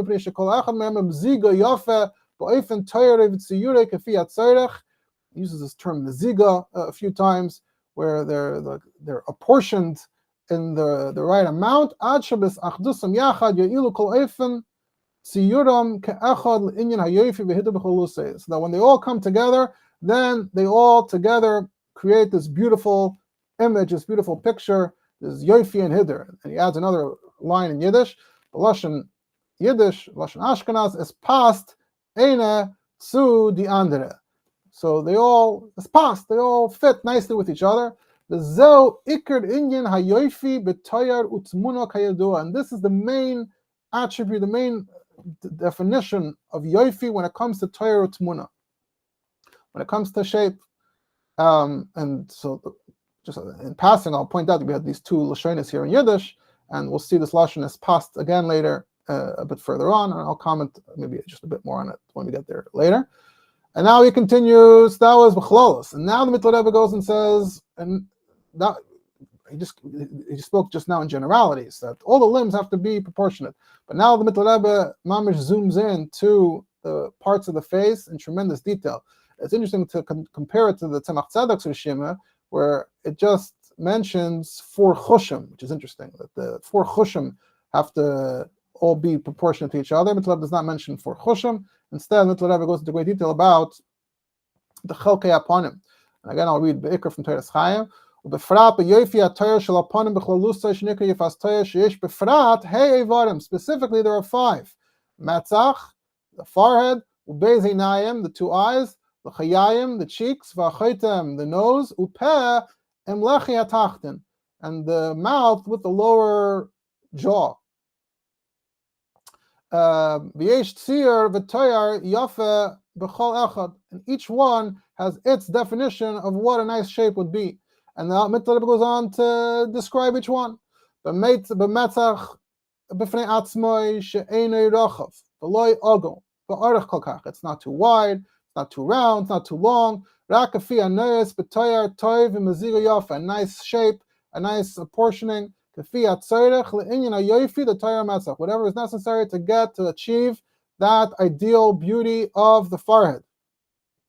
And the same goes for the shape of the eyes, like gedolim, like tanim, like shkuim, not big, not small, and not sunken. And then we find elsewhere, I think with David, I'll mention it later, that calls someone yefei einayim, their beautiful eyes. And Tafkafayim Beis, he adds v'chein ha'chaitem b'meziga yafa. The nose should also be nice. Interestingly, in Teiras Chaim, it's skipped. Tafkavayim Beis, Asfasayim, Valachayayim, Yofim, B'tzmuna Nachon Beiser, and the lips and the jaws, the cheeks, the chin are also beautiful in the proper shape. And in Teiras Chaim, he also quotes the pasuk from, I think, Shir Hashirim, Manovu L'chayayich, or something like that. And then it's all together. Then Ikra Yefi B'Torah Aponim B'Chlaluse B'Ofen Shekol Echad Yolach Haveda B'Cholos HaTorah HaTorah. And the main thing is that they all come together, so that they all paint one big, beautiful, attractive picture. She'im, and then it goes on to say, Tatai choice, She'im ha'inayim yafim b'toyeram, be'einam matzach yafim b'toyerai, because if the eyes have a pleasing shape, but not the forehead, Lafi hatzarech, she'is yachas v'yechuber el ha'inayim ulachayayim, which, if it's not according to the necessary shape for it to interact with and be associated with the nearby parts of the face, the eyes and the cheeks, so we can't say this person, this woman is yefas toyer. Yefei einayim, but not yefas toyer. And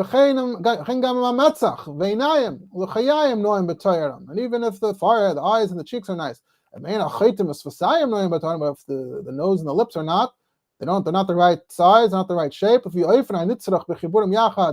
per how it's necessary to combine them all together, and Tafkafayim Beis says this lashon that it ruins the whole thing. Mamish, it ruins it.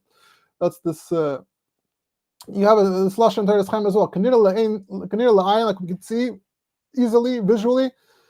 Shigam bekilkol toyar. If the shape is ruined, be'ayin echad, one eye, or one cheek, yekulkol kol yefi ha'toyer shel aponim. That ruins the whole beauty of the shape of the face. The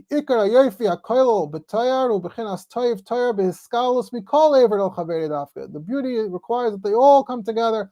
Ad kasher yechubru v'yishtatfu yachad yofi atayr klali mibein kulam yachad dafka. V'evan sheyisyachas echad uzalasei v'yol kol echad lechaveda b'chlalos tuv atayr. They all have to contribute to each other and make each other look good. And in Tov Kavayim Beis, he says, B'lashon Ashkenaz is past einst zu die andere Zeher. And in Teuras Chaim, he says in Yiddish, the Heine sie seinen gestellt, sehr schön, sie passen eine zu die andere Chulu. And then, interestingly, in both, in Tov Kavayim Beis, he adds, K'moy hatzir hayafe, shehagvonim mezugim ba'ofen noah, shekol gvanim zulose mishtatfim liyape zeh zeh. Until now, we're talking l'chayra, we're judging people's physical features. Here, something that Mitteler Rebbe also mentions, painting, art. And here in Tov Kavayim Beis, he mentions just a combination of colors, which really is shaykh more to later. We'll see later with Mara. Teuras Chaim is perhaps more precise. Teuras Chaim, he also mentions the tzir. He says, "Ukumay tzir hatoiv b'mapa ay b'kaisel b'lashon Ashkenaz patret sheniknes dmus bedal." Here, he seems to be more careful to say he's referring to a portrait, a patret, meaning how often do we actually, especially back in those days, how often was an actual living human deconstructed for the elements of their facial features? Again, dafka today, I was going to mention that maybe a bit further on, that the dafka today, we actually live in an era where this is discussed and thought about and obsessed over a lot more. Part of what's interesting is that for the Mitteler Rebbe's time, it's more of a novelty to think about it to this extent. Today, it's talking more common. But Mitteler Rebbe himself adds that perhaps it would have been more relevant at the time, the Gabi a portrait. How do you know that a portrait is a good portrait? So when you paint the portrait, these are the rules that you keep in mind in painting the portraits, whether it's b'mapa or b'kaisel. Mapa just means on a sheet, or b'kaisel on a wall. Wherever you might have a portrait. So Mitteler Rebbe invokes the art of portraiture as well. Interestingly, not really directly connected, but Menachem Breslev Taka in his Sipurim Isis mentions the Indian of portraits a lot in many of the different stories, and that's I guess a discussion perhaps for another time. Anyway, so Lamaisa here, the Mitteler Rebbe is giving very, very detailed and I would say pretty amazing detailed descriptions, definitions of what beauty is, of what facial features, what facial beauty is in terms of the facial features. And like I said, in Teuras Chaim also invoking portraiture. I also wanted to comment in passing on the Yiddish, but we don't really have time for that. It's a whole genre in its own right, the Yiddish in the Ma'amarim, but we'll have to say that for another time. Now, we're pretty close to the end of what I wanted to quote here. So this was how the Mitteler Rebbe described Yefas Toyer Begashmias, and then he goes on to explain Beruchnias. So in the Hanocha, in Tov Kavayim Beis, Imam she pauses here and explains Yefas Toyer Beruchnias, and then further on in the section that's equivalent to Eisyud Beis, that's where he explains Yefas Mara. But here in Teuras Chaim, even though Yefas Mara is also really for Eisyud Beis, but it's almost like Mitteler Rebbe can't sich nicht einhalten. And he also already starts to explain what Yefas Mara means over here. And also in Tov Kavayim Beis, I pointed out at the end, he did mention colors. So, and while we're at it, we'll talk about Yefas Mara. In addition to the toyer, the shape, which is like the keli, the vessel, the face itself, but also the coloring has to be the right combination. Here, meziga, fits a bit more for coloring, a mixture of colors. The lavan of red and white. So he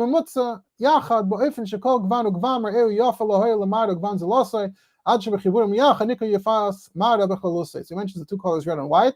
So those are usually the two colors, more or less, that we associate with the face. But how red or how white or where on the face? So there's some kind of combination of these colors together, where the different shades and different colors of the face all come together nicely until you could say, oh, this face has pleasing coloring. Obviously, we know it doesn't mention it explicitly. Obviously, we know that a lot of what makeup, a big component of makeup, among other things, relates to the coloring of the face. And it's not just b'chlal, but also individually. Here, the Mitteler Rebbe is not going to break it down aver by aver what the exact coloring and shading should be, but it's b'frat b'chol aver. But again, the emphasis is that it all has to come together. They all have to have the right color and the right coloring in relation to the other. And now, in Yifas Torah, same model, same framework like Yifas Torah. Hainu shekol amaros ugvanim mezavgim mezavogim yafa va'efin shel kol gvanim zulosoi mishtatfim liyaper zeh kanal b'Yifas Torah v'dal, where all the maras, the gvanim, the colors, they all combine beautifully, so that each color is contributing to the other, and they all each one contributes to the other, and they all combine together to create this beautiful appearance, just like the Yifas Torah. And then Mitteler Rebbe goes on to go back and explain the distinction between Yifas Torah and Yifas Marva. Nimtza muvan, behefresh shebein Torah lamara b'klal, she'atayar hu b'tzir utmuna shel panim levad. So to recap, to summarize, the Torah is the shape of the face, the features of the face alone. That's it. V'amara hu b'gvan toy v'yafa, and Mara refers to the coloring. Hamamuzog gimel gvanim. Here he says it's three. The Adam Lavan the Chulu. The three is referring to the three in Kabbalah, but for the purposes of the face, I think the third one is okay. I said it earlier. I think the third one is might be green. Whatever the case is, when it comes to a face, it's harder to explain what that would be. So we're going to say white and red. Shazau nikra yafas mara dafka. Who ikar hayofi. And then Mitteler Rebbe says something interesting. So now that we have the two, so then what's the ikar? What's more important, the Torah or the Mara? So Mitteler Rebbe has an opinion on that as well. Who ikar hayofi? The ikar is the coloring. Coloring is more important. Even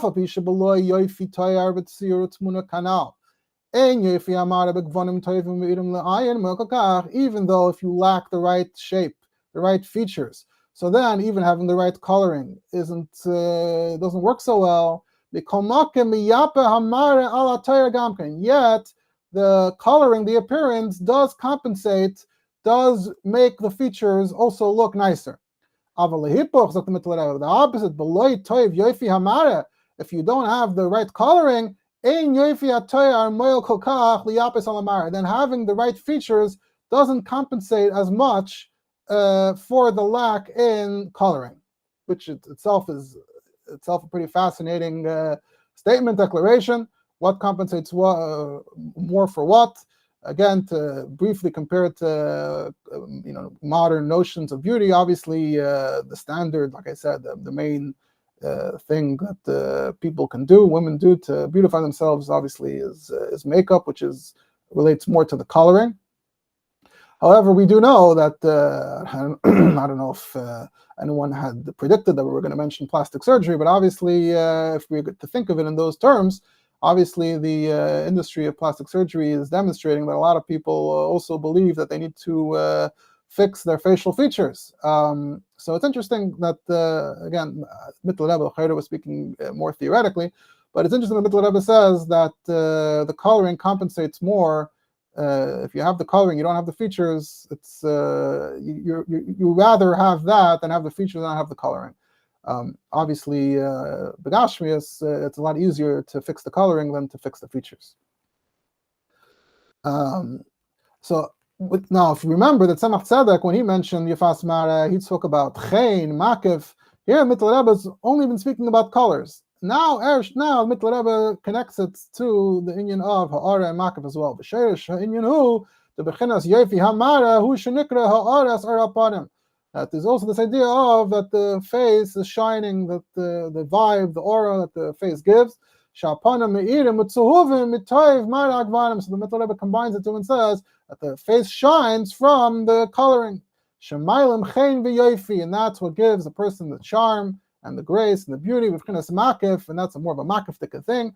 Lahar, it's not the kli, it's not the literal features themselves, but it's Makif, it's on the face, Lahar upon to make the face shine more.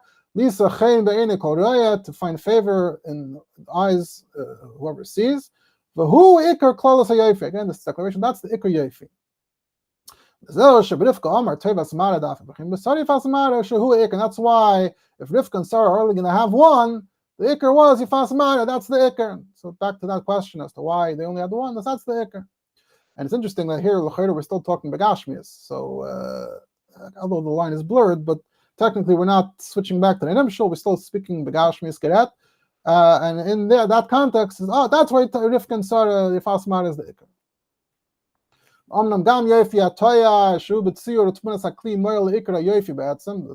Torah is also very important. It contributes to Yofi.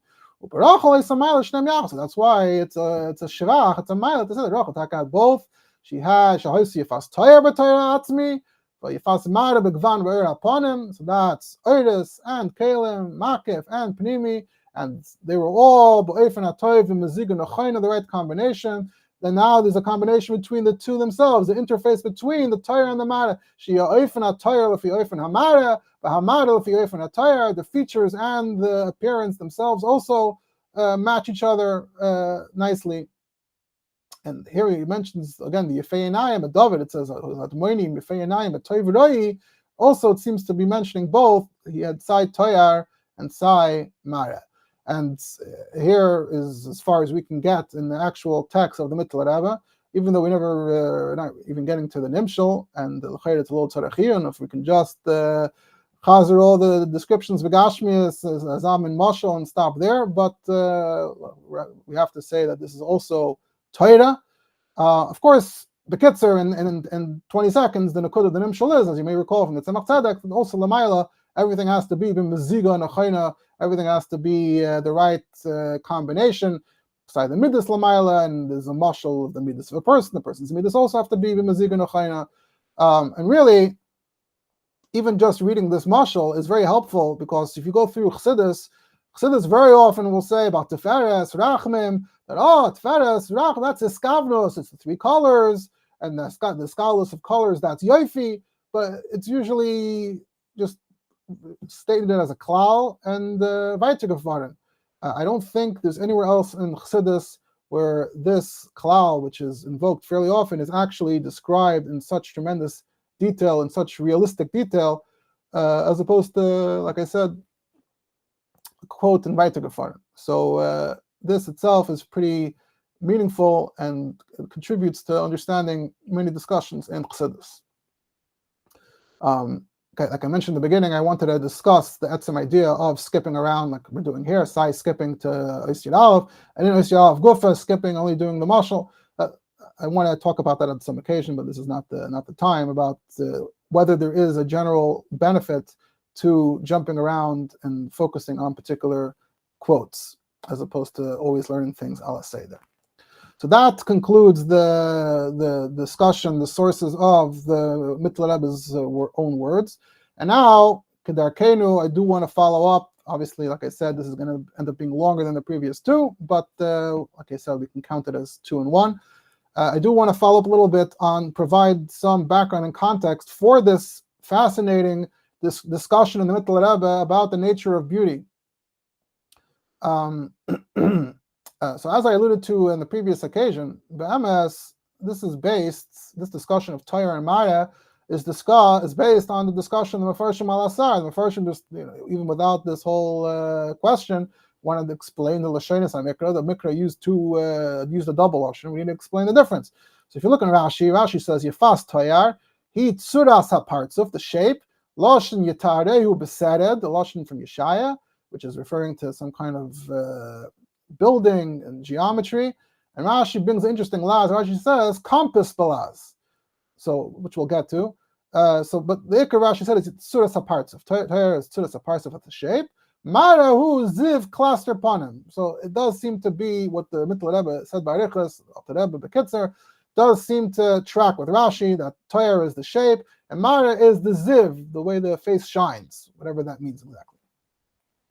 But if you look in even greater detail in the Rashbam, it's very interesting to see what the Rashbam says. The Rashbam says Yefas Toyar, K'moy be'mechoyga Yitarehu. He quotes, and it's the same pasuk in Yeshaya, the double lashon there. So he quotes Mechoyga Yitarehu. And then Rashbam says, Defus ha'choitem v'ha'metzach v'ha'peh v'ha'lachayayim. It's the shape of the nose, the forehead, the mouth, and the cheeks. So that's Yefas Tayar. Yefas Matter, what does Rashbam say? Lovon va'adamdam, white and red. So what the Mitteler Rebbe is describing, mamish seems taken straight from the Rashbam. Like I pointed out, the Mitteler Rebbe on the one hand was sticking to the Gashmias, and Gashmias is lovon va'adamdam. On the other hand, in Ruchnias, there's the three colors. It's a Zohar somewhere, the three colors. So at some point, the Mitteler Rebbe says the three colors are lovon va'adamdam. So here you see that in Nigla and Rashbam, he mentions Yefas Mara is lovon va'adamdam. Since you may be wondering, or I was wondering when I got up to this point, I wanted to remind myself, when was Pirush Rashbam ala Torah Taka printed for the first time? We know there's the whole story with the Rashbam on the first few parashas, etc., etc. But when was Rashbam generally B'chlal first printed ala Torah? So it was first printed in the year Tov Samachay, which is 1705. So it was already around, and then it was reprinted as well afterwards. So there were already chumashim with Pirush Rashbam. On one hand, it's surprisingly late. I don't know if we all realize that the Rashbam was not part of the original Makaros Gedolos. It did only appear in print much later. But on the other hand, since then, it did catch up in its chashivas lefiyarach as one of the chashiva Pirushim Harishonim. It would be interesting to see Taka if Pirush Rashbam is quoted, let's say by the Tzemach Tzedek. I didn't have a chance to look. So it's interesting to think about whether Mitteler Rebbe is basing himself directly on the Rashbam here, because of it's literally tracking directly with what the Rashbam says. If you look at the Ibn Ezra also says, "Yifas Taya kamei v'Torah Hagvul," pasuk in Yeshua, "Kol Aver ka'ayin v'ha'af v'ha'peh yafa." He also mentions limbs, the eye, the nose, and the mouth are nice. Umara is either hakol yafa, maybe more like Mitteler Rebbe is describing the combination that everything is nice, or imara al ein haponim anirim, or it's something that you. What exactly Ibn Ezra means, I don't want to project into the Ibn Ezra, but perhaps also like Mitteler Rebbe explains the actual impression, the vibe, the sense, the aura that the face gives. Radak as well. He also mentions the colors white and red. And the hair is black. So according to the Radak, that's the ideal color, I guess.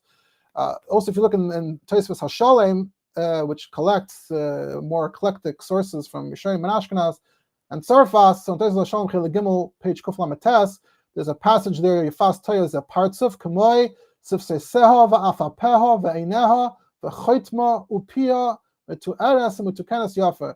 Her lips, her eyelids, her eyes, her nose, and her mouth are the proper shape. Yifas mara beloivin admimos v'hatzhalas hapanim, the white, redness, and the shine, the beaming of the face. Attributes it to Rabbeinu Ephraim and a few other sources. You can also check Eitzim Farshi Torah, Chelik Beis, page 105, for the different approaches to Yifas Torah. There's also Gemara in Shabbos, Kuf Nun Aleph Beis, a pasuk in Keheles, Ad Asher Leitachshach Hashemesh Va'ar V'Yireach V'Kechavim V'Shavu V'Avim Machar Agashem. So the Gemara says this pasuk is an allegory for the body losing its beauty, the body shutting down. The darkening of the Shemesh and the Ur is referring to, the Gemara says, Zu Padachas V'Hachaitem. Rashi says Padachas, that's the Metzach, the forehead, Shu, maybe it's Chalak, Shu Chalak, Umatzir Yoser, Mikol HaPartzuf. It seems to be saying that it shines more than the rest of the face. And Chaitem, he says, Toyar Pnei Adam. And Gemara also mentions the Lasasos, which is the cheeks or the jaws. So you also have that Maimar Chazal and the Rashi there describing the elements of the face, breaking the face down. There's also a similar drasha al Asar and Keheles Rabbah. But beyond these sources, I have not seen any other detailed discussion of beauty the way you have here in the Mitteler Rebbe. And if the Mitteler Rebbe is Taka, the only one to have this discussion to this extent, I think it's you could say it's a Pele Gadol that you have this type of discussion in the Mitteler Rebbe to the extent that we have it. I also like to look at early sources of Jewish translation, whether it's Taich in Yiddish or Laz in French. So actually, for some reason, the Taichin are not like all excited all over Yifas Torah, Yifas Mara, even though this is the first place Torah is mentioned. But in one Makar, it mentions that Mara is Gestalt, although in Chumash Beis Yehuda it says that Torah is Gestalt, and Mara is Gesicht.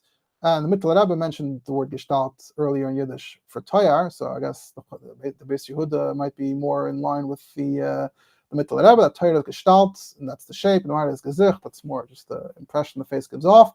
Beis Yehuda also, in the Rashi, when Rashi says Tzuras HaParsuf, it's interesting that the Beis Yehuda says, and what's Tzuras HaParsuf? Ashenim Noz, Ashenim Moil, Shena Bakin, Shena Eugen, Shena Steren. The Beis Yehuda breaks it down as well in Taich's Reis, which I found interesting. I also took a quick look at the Tzener Ena, and as far as I could tell from a quick look, it seems like it only discusses what Ein Elei Arakis represents, and I did not see a discussion of Yifas Torah there. So that is also a data point that's interesting. If you look in the Laz, so this old manuscript that I use a lot from the 1200s in France that translated Tanakh into French, all the key words. For Laz, it says Toyar Feitur, Tzuras HaParsuf. It's very clear, obviously, that Feitur is the French source of the English word feature, which is a word we use for facial features. So you literally have the French Taich, the French translation of Toyar is feature, which would be the word we would use for this aspect, the physical features. And you can look up the word feature in the dictionary, the etymology, you'll see that that's the source. But the Laz also says, Loshen Acher Compass, Loshen Yitareo Beseret, based on Rashi. Now the question is, though, what exactly does that mean in terms of the face? Meaning, first of all, what's a compass? Second of all, a compass seemingly is more of an architectural tool or builder's tool, but how is it the Yifas Toyar, she had a nice compass? So, first of all, the word compass is just clear. Since people are learning Chumash Rashi, it's important to understand Rashi, including the Laz. If you look up the word compass in English, the history of compass, so the etymology dictionary says that we have the word compass in English since around the year 1300, and means space, area, extent, circumference, or that's what it meant then, I think. Space, area, extent, circumference. From Old French compass, which meant circle, radius, size, extent, or pair of compasses, ultimately from Latin. The mathematical instrument for describing circles was so called in English from the mid-14th century. And then the directional tool used at sea, which is what the word compass is used for today, so called since early 15th century, took the name perhaps because it is round and has a point similar to the mathematical instrument. So the fact that the compass today is called the compass, that's tzarech and why the compass is called the compass. The original compass referred to the instrument for describing circles. So that's clearly what Rashi is using the word for, and Rashi uses the word in other places in Tanakh as well, where it is more of a building context, like in Yeshai, Yatareo, Besed, Rashi also uses the word compass. The question is exactly how it's being used here. I saw that those who explain the Laws say that it's being used in the sense of contour, the contour of the face, although, that fits with the idea of the Tzuras HaParsuf, but it's still a little tzarachian, I guess, how compass is meant to be used directly in regard to the face. And see later as well, I'm going to quote another source that addresses that. So those are the Bekairas from the Farshim, from the Taich, from the Laws. But Lamaisa, with the Mitteler Rebbe, from a passing Hagdara and passing in these Mefarshim, for the Mitteler Rebbe, this turns into this very lengthy, deep discussion, analysis of truly what the definition of beauty is. And we see from the Mitteler Rebbe, it bridges from the beauty of the face, the beauty of art. And as I've been indicating, it's particularly interesting in light of the fact that it doesn't seem like Chabad Rebbeim held an ongoing interest in art in their actual life, in their actual practice of Yiddishkeit. It's hard to see where art held a role. And yet, this is how much the Mitteler Rebbe delves into the definition. Obviously, part of it was a mashal, there's an imshal, and the Mitteler Rebbe had a geschmack in every inyan chassidus. But at the end of the day, it's getting into tremendous detail with the mashal, and it does sound like it's based and anchored in reality. And just generally, the whole tone, the whole language, such strong, powerful language of word of Mitteler Rebbe is just very remarkable. And I don't know if we're allowed to say it almost has a certain sensuousness to it, in the way the Mitteler Rebbe describes the beauty, the notion of beauty in such detail. I would also add some additional thoughts in light of this.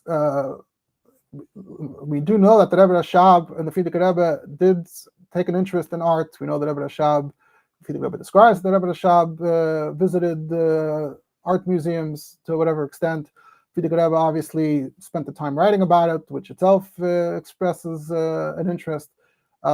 So I think this provides perhaps some context where it's not coming out of nowhere.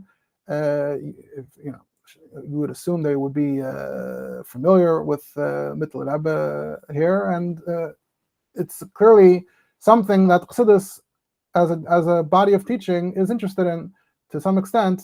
Yofi is a part of Hasidic teaching, as we see here. I already mentioned in passing last time that the Rebbe also had a certain interest and involvement with art, to the extent that it's possible to say that the Rebbe had somewhat of a personal interest in art as well, in addition to utilizing it for hafatza, or in addition to having a sprach and being able to influence artists. Perhaps Yesh Leimer, the Rebbe also had some shemetz of interest, a personal interest in art, although it would be hard to describe exactly and define to what extent. Another observation I would make is that in the style of the Mitteler Rebbe here, I think we can actually find a certain early parallel to a lot of the characteristics of the Frierdiker Rebbe's literary style of writing, right? So the Frierdiker Rebbe will describe the detail of something, will set a scene, will describe the appearance of things in tremendous detail. So we tend to think of that as being perhaps unique and standing out as being different, as being original to the Frierdiker Rebbe among all the Rebbeim. But even though Mitteler Rebbe, of course, didn't, we don't have any evidence that he wrote, literary stuff. But in the way the Mitteler Rebbe takes the time to set the scene, to describe the Torah and the Mara, I do see a certain parallel and precursor to the Frierdiker Rebbe's style. This also raises interesting questions about the nature, the personality of the Mitteler Rebbe, the character of the Mitteler Rebbe. A lot of stories about Mitteler Rebbe emphasize how mufshet the Mitteler Rebbe was. He didn't know Tzuras Matbeya, etc., etc. We also have stories. There are some stories from the Rebbeim about how Mitteler Rebbe knew things. Because he's Zayin Lamayla, he knew it from the Makar Lamayla. But if we want to approach it and try to apply more concrete analysis to the Mitteler Rebbe's writing, if we just take the Mitteler Rebbe literally, the Mitteler Rebbe actually seems to show a certain, like I said earlier, there's a certain familiarity with Gashmi. A certain, almost, I don't know if geschmack is the right word, but when describing a mashal Gashmi, there's a certain arichos and geschmack that the Mitteler Rebbe seems to have in really describing the Gashmi Shabazeh as well. But we have to be careful with what we say, how we say it, and formulate the things right. So just putting the idea out there that what the Mitteler Rebbe's personality is, what his character was, to the extent that we can try to describe it and analyze it, I feel like this is an interesting question that hasn't been fully properly addressed, analyzed, and discussed. And in a certain sense, I could say that maybe we don't know the Mitteler Rebbe very well. And I would say of the seven Rebbeim, Mitteler Rebbe and then Marash, I feel, are the more elusive, the more difficult to pin down. Interestingly, they're the two that we don't have any images that are attributed to them. So maybe that also contributes to feeling less of being able to picture them. But that's some of my thought on that. But back to the topic of beauty in general, if you break down the discussion in the Mitteler Rebbe, there are really three things here. In Tayar, he describes the meziga and other terms that he uses, which if we had to use terms in English, it seems to be about proportion, which is connected to symmetry as well. Today, when we speak of beauty, often symmetry is mentioned. Symmetry is related to proportion. So that's Tayar. And then in Mara, he mentions both the Gvan and a lot about the coloring, and at the end as well about the the chayin, the charm, the favor, or whatever you want to call it, the chayin that a person has.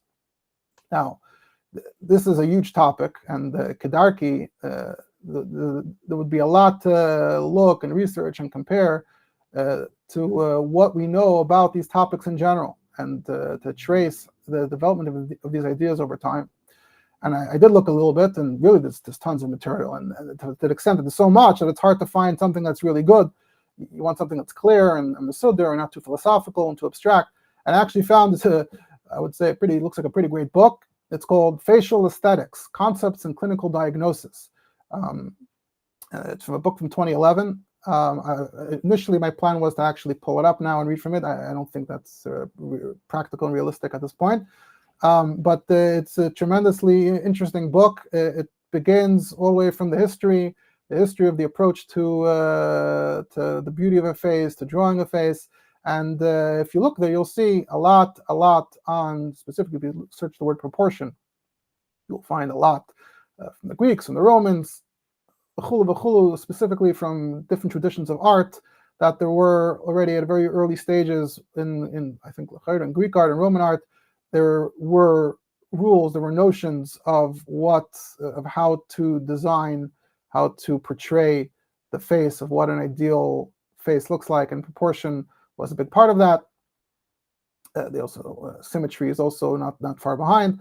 So the first few chapters actually get into this history, this background, and we don't have time to get into that in detail, unfortunately.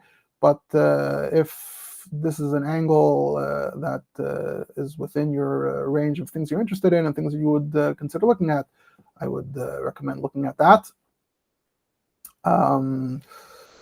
There's also later on, Leonardo da Vinci came up with the golden ratio. The golden ratio is another formulation of specifically the ratio, the proportion of facial features. That's a famous tie-in that people may be familiar with. But I'm gonna have to leave that at that. Just one or two more things. I mentioned earlier Rashi, that the Mitteler Rebbe is basing himself seemingly on Rashi, and in particular in Rashbam. Rashi uses the word compass. So I found an article in the journal Sinai from Tafshin Lamed Vav. On the name of the article is B'choiga Compass Balaz by Avram Albon. So this mamish an article on this nakuda, and he writes that the time of Rashi, in terms of arts, that was the Romanesque era in France. There was a lot of building taking place in France at the time, and it's not surprising that Rashi would have been very familiar with all kinds of concepts and terminology relating to the builders and the building, the tools. And if you look through Rashi from this perspective, you will find many references to this that can be tied to this. Often Rashi talks about these tools, Rashi will use words that are balaz in French, and these would have been well known to the audience of Rashi at the time. So that's how he begins, and he quotes all the places where Rashi brings the last compass, and the rest are, like I said, are really more in the context of building. And then there's this one. Here's a bit of the outlier where Rashi says compass, the gabi, the face, and he has the whole discussion there, what he thinks the right nusach is, and then skip, he says, looks like Rashi and Rashbam are supposed to be saying the same thing. Rashbam is building on Rashi. And then he suggests the following. He already suggested that they were both coming from a familiarity with an artistic tradition that entailed portraying the face. If you wanted to portray the face and the head, it involved using a compass to ensure that the precision, due to the understanding, the belief of how important it is to get the features in their precise shape and proportion, to the extent that it led to using a compass, and that is what Rashi is referring to here. That is his thesis. That's what he is suggesting. And he quotes an article by someone by the name of Panofsky. I see someone's asking about the Chachmas HaPartzuf in Chabad. I didn't consider that while I was thinking about this, although perhaps I should have. I do not recall any example of this, but it's hard. It's risky to say that there's nothing, because chances are there's something somewhere, but it's certainly not anything prominent that I can think of, that I can remember at the moment.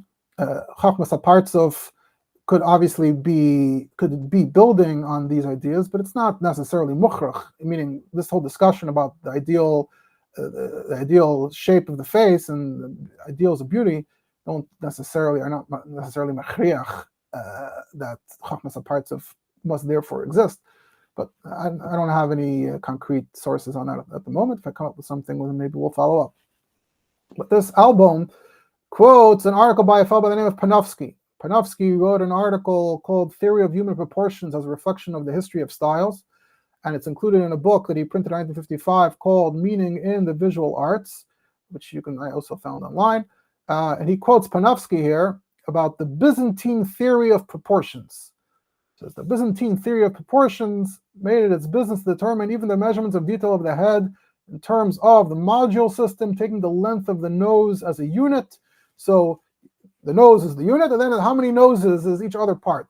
The length of the nose equals, according to the painter's manual of Mount Athos, not only the height of the forehead and the lower part of the face, which fits with certain artistic traditions, but also the height of the upper part of the head, the distance from the tip of the nose to the corner of the eye, and the length down to the pit of the throat. This scheme, which also occurs in an abbreviated form with only the contours of the head, but not the outline of the face, determined by means of a compass, was occasionally modified so as to avoid the unnatural heightening of the cranium. The whole analysis of this tradition. And there's even a mention of a compass. So he took from that it's not a coincidence that Rashi and Rashbam are also talking in this language, using mamash the same words, so it's a partzuf, chaytem, metzach, pelach, hayayim, a chayga, compass. And in Panofsky's article, it also says nose, forehead, face, mouth, compass. So this unbelievable hakbala madhima, this unbelievable parallel demands that Rashi and Rashbam were intentionally alluding to the Byzantine tradition of art, which entailed, in terms of, again, Rashi and Rashbam were talking about the actual living human body, but they're referencing for the ideal human body, they're referencing the ideal human body in art, in which they would have used a compass. And Panofsky also, in his article, cites that this was known throughout Europe, Germany, Austria, Italy, France. So that's essentially what this album was trying to claim. So like this, it's mamish the pshat and the kavan in Rashi and Rashbam. They themselves were also talking about these Greek, Byzantine, I don't want to make a mistake in classifying, but obviously we know the Byzantine Empire was a hemshech to the Roman Empire, which ultimately is a hemshech to the Greek tradition in some extent as well. But I don't want to conflate things too badly. But that Rashi and Rashbam were consciously, intentionally alluding to this concept from the world of art and applying it to living people as well. Lamaisa, the source that looking at it myself, the source Panofsky is quoting, the Patriarch's Manual of Mount Athos, as far as I can tell, is something from the 1700s, which may be basing itself on older forms of art. I'm just a little concerned that maybe that album overstated the sources here, but I didn't see Panofsky's whole article, and they were using a compass. I just feel like I should indicate that even though it sounds good, we need to double check and make sure that it actually all stems, or whether he rushed a little too fast. But if we were to accept this, so you have meaning I looked at the Mitteler Rebbe and then independently went to compare it to art traditions. But according to this, Mitteler Rebbe might be basing himself on Rashbam, basing himself on Rashi, who may be basing themselves on actual art traditions. So that itself, that would also be very interesting. That's with regard to facial features and proportion as an important component of that. Like I said, the book that I mentioned above gives the history and then goes into looks like it goes into very detailed analysis of the proportions of the facial features today in light of all the research that's been done today. So there's a lot out there on that. With regard to coloring, whether on the face, or whether in a portrait, or whether in art in general. Later, when the Mitteler Rebbe talks about Yefas Mara, he seems to be referring to mixing color in art in general. Would obviously be very interesting to discuss as well, but that's beyond what's possible here. With regard to the Indian of Chayin, I found an article, a chapter somewhere, the Mask of Grace, on body and beauty of soul, between the late antiquity and the Middle Ages, and there it begins with a discussion of the word charisma, which apparently was originally a pretty Christian concept, lahavdil, and then only recently was reinvented in the more familiar sense that we are familiar with today, including the slang that has caught on recently today. But the Mayas of that chapter really focuses a lot on Christian sources, lahavdil, and their notion, their musar, I guess, of a hadaras panim. So not really something I would want to get into, but still gives some context, some additional detail. It would be interesting to see whether anything else has been written, collected on the musag of Chayin, hadaras panim, cluster panim, these ideas, these notions of giving off some kind of vibe in addition to the actual facial features, or as the Mitteler Rebbe said, the versus the kalim. Some other topics I wanted to talk about. So that's basically, with that, we're basically finished. At the Shah Tova Mitzlachas, 3:30 in the morning, 2 hours later. And there were some other topics I wanted to talk about, but obviously not happening now. But hopefully, believe neder mitzvah Hashem, with all the caveats, hopefully we'll get to all these other topics sometime. Thank you to those who tuned in, were shtatif, and all right, I guess have a good Shabbos.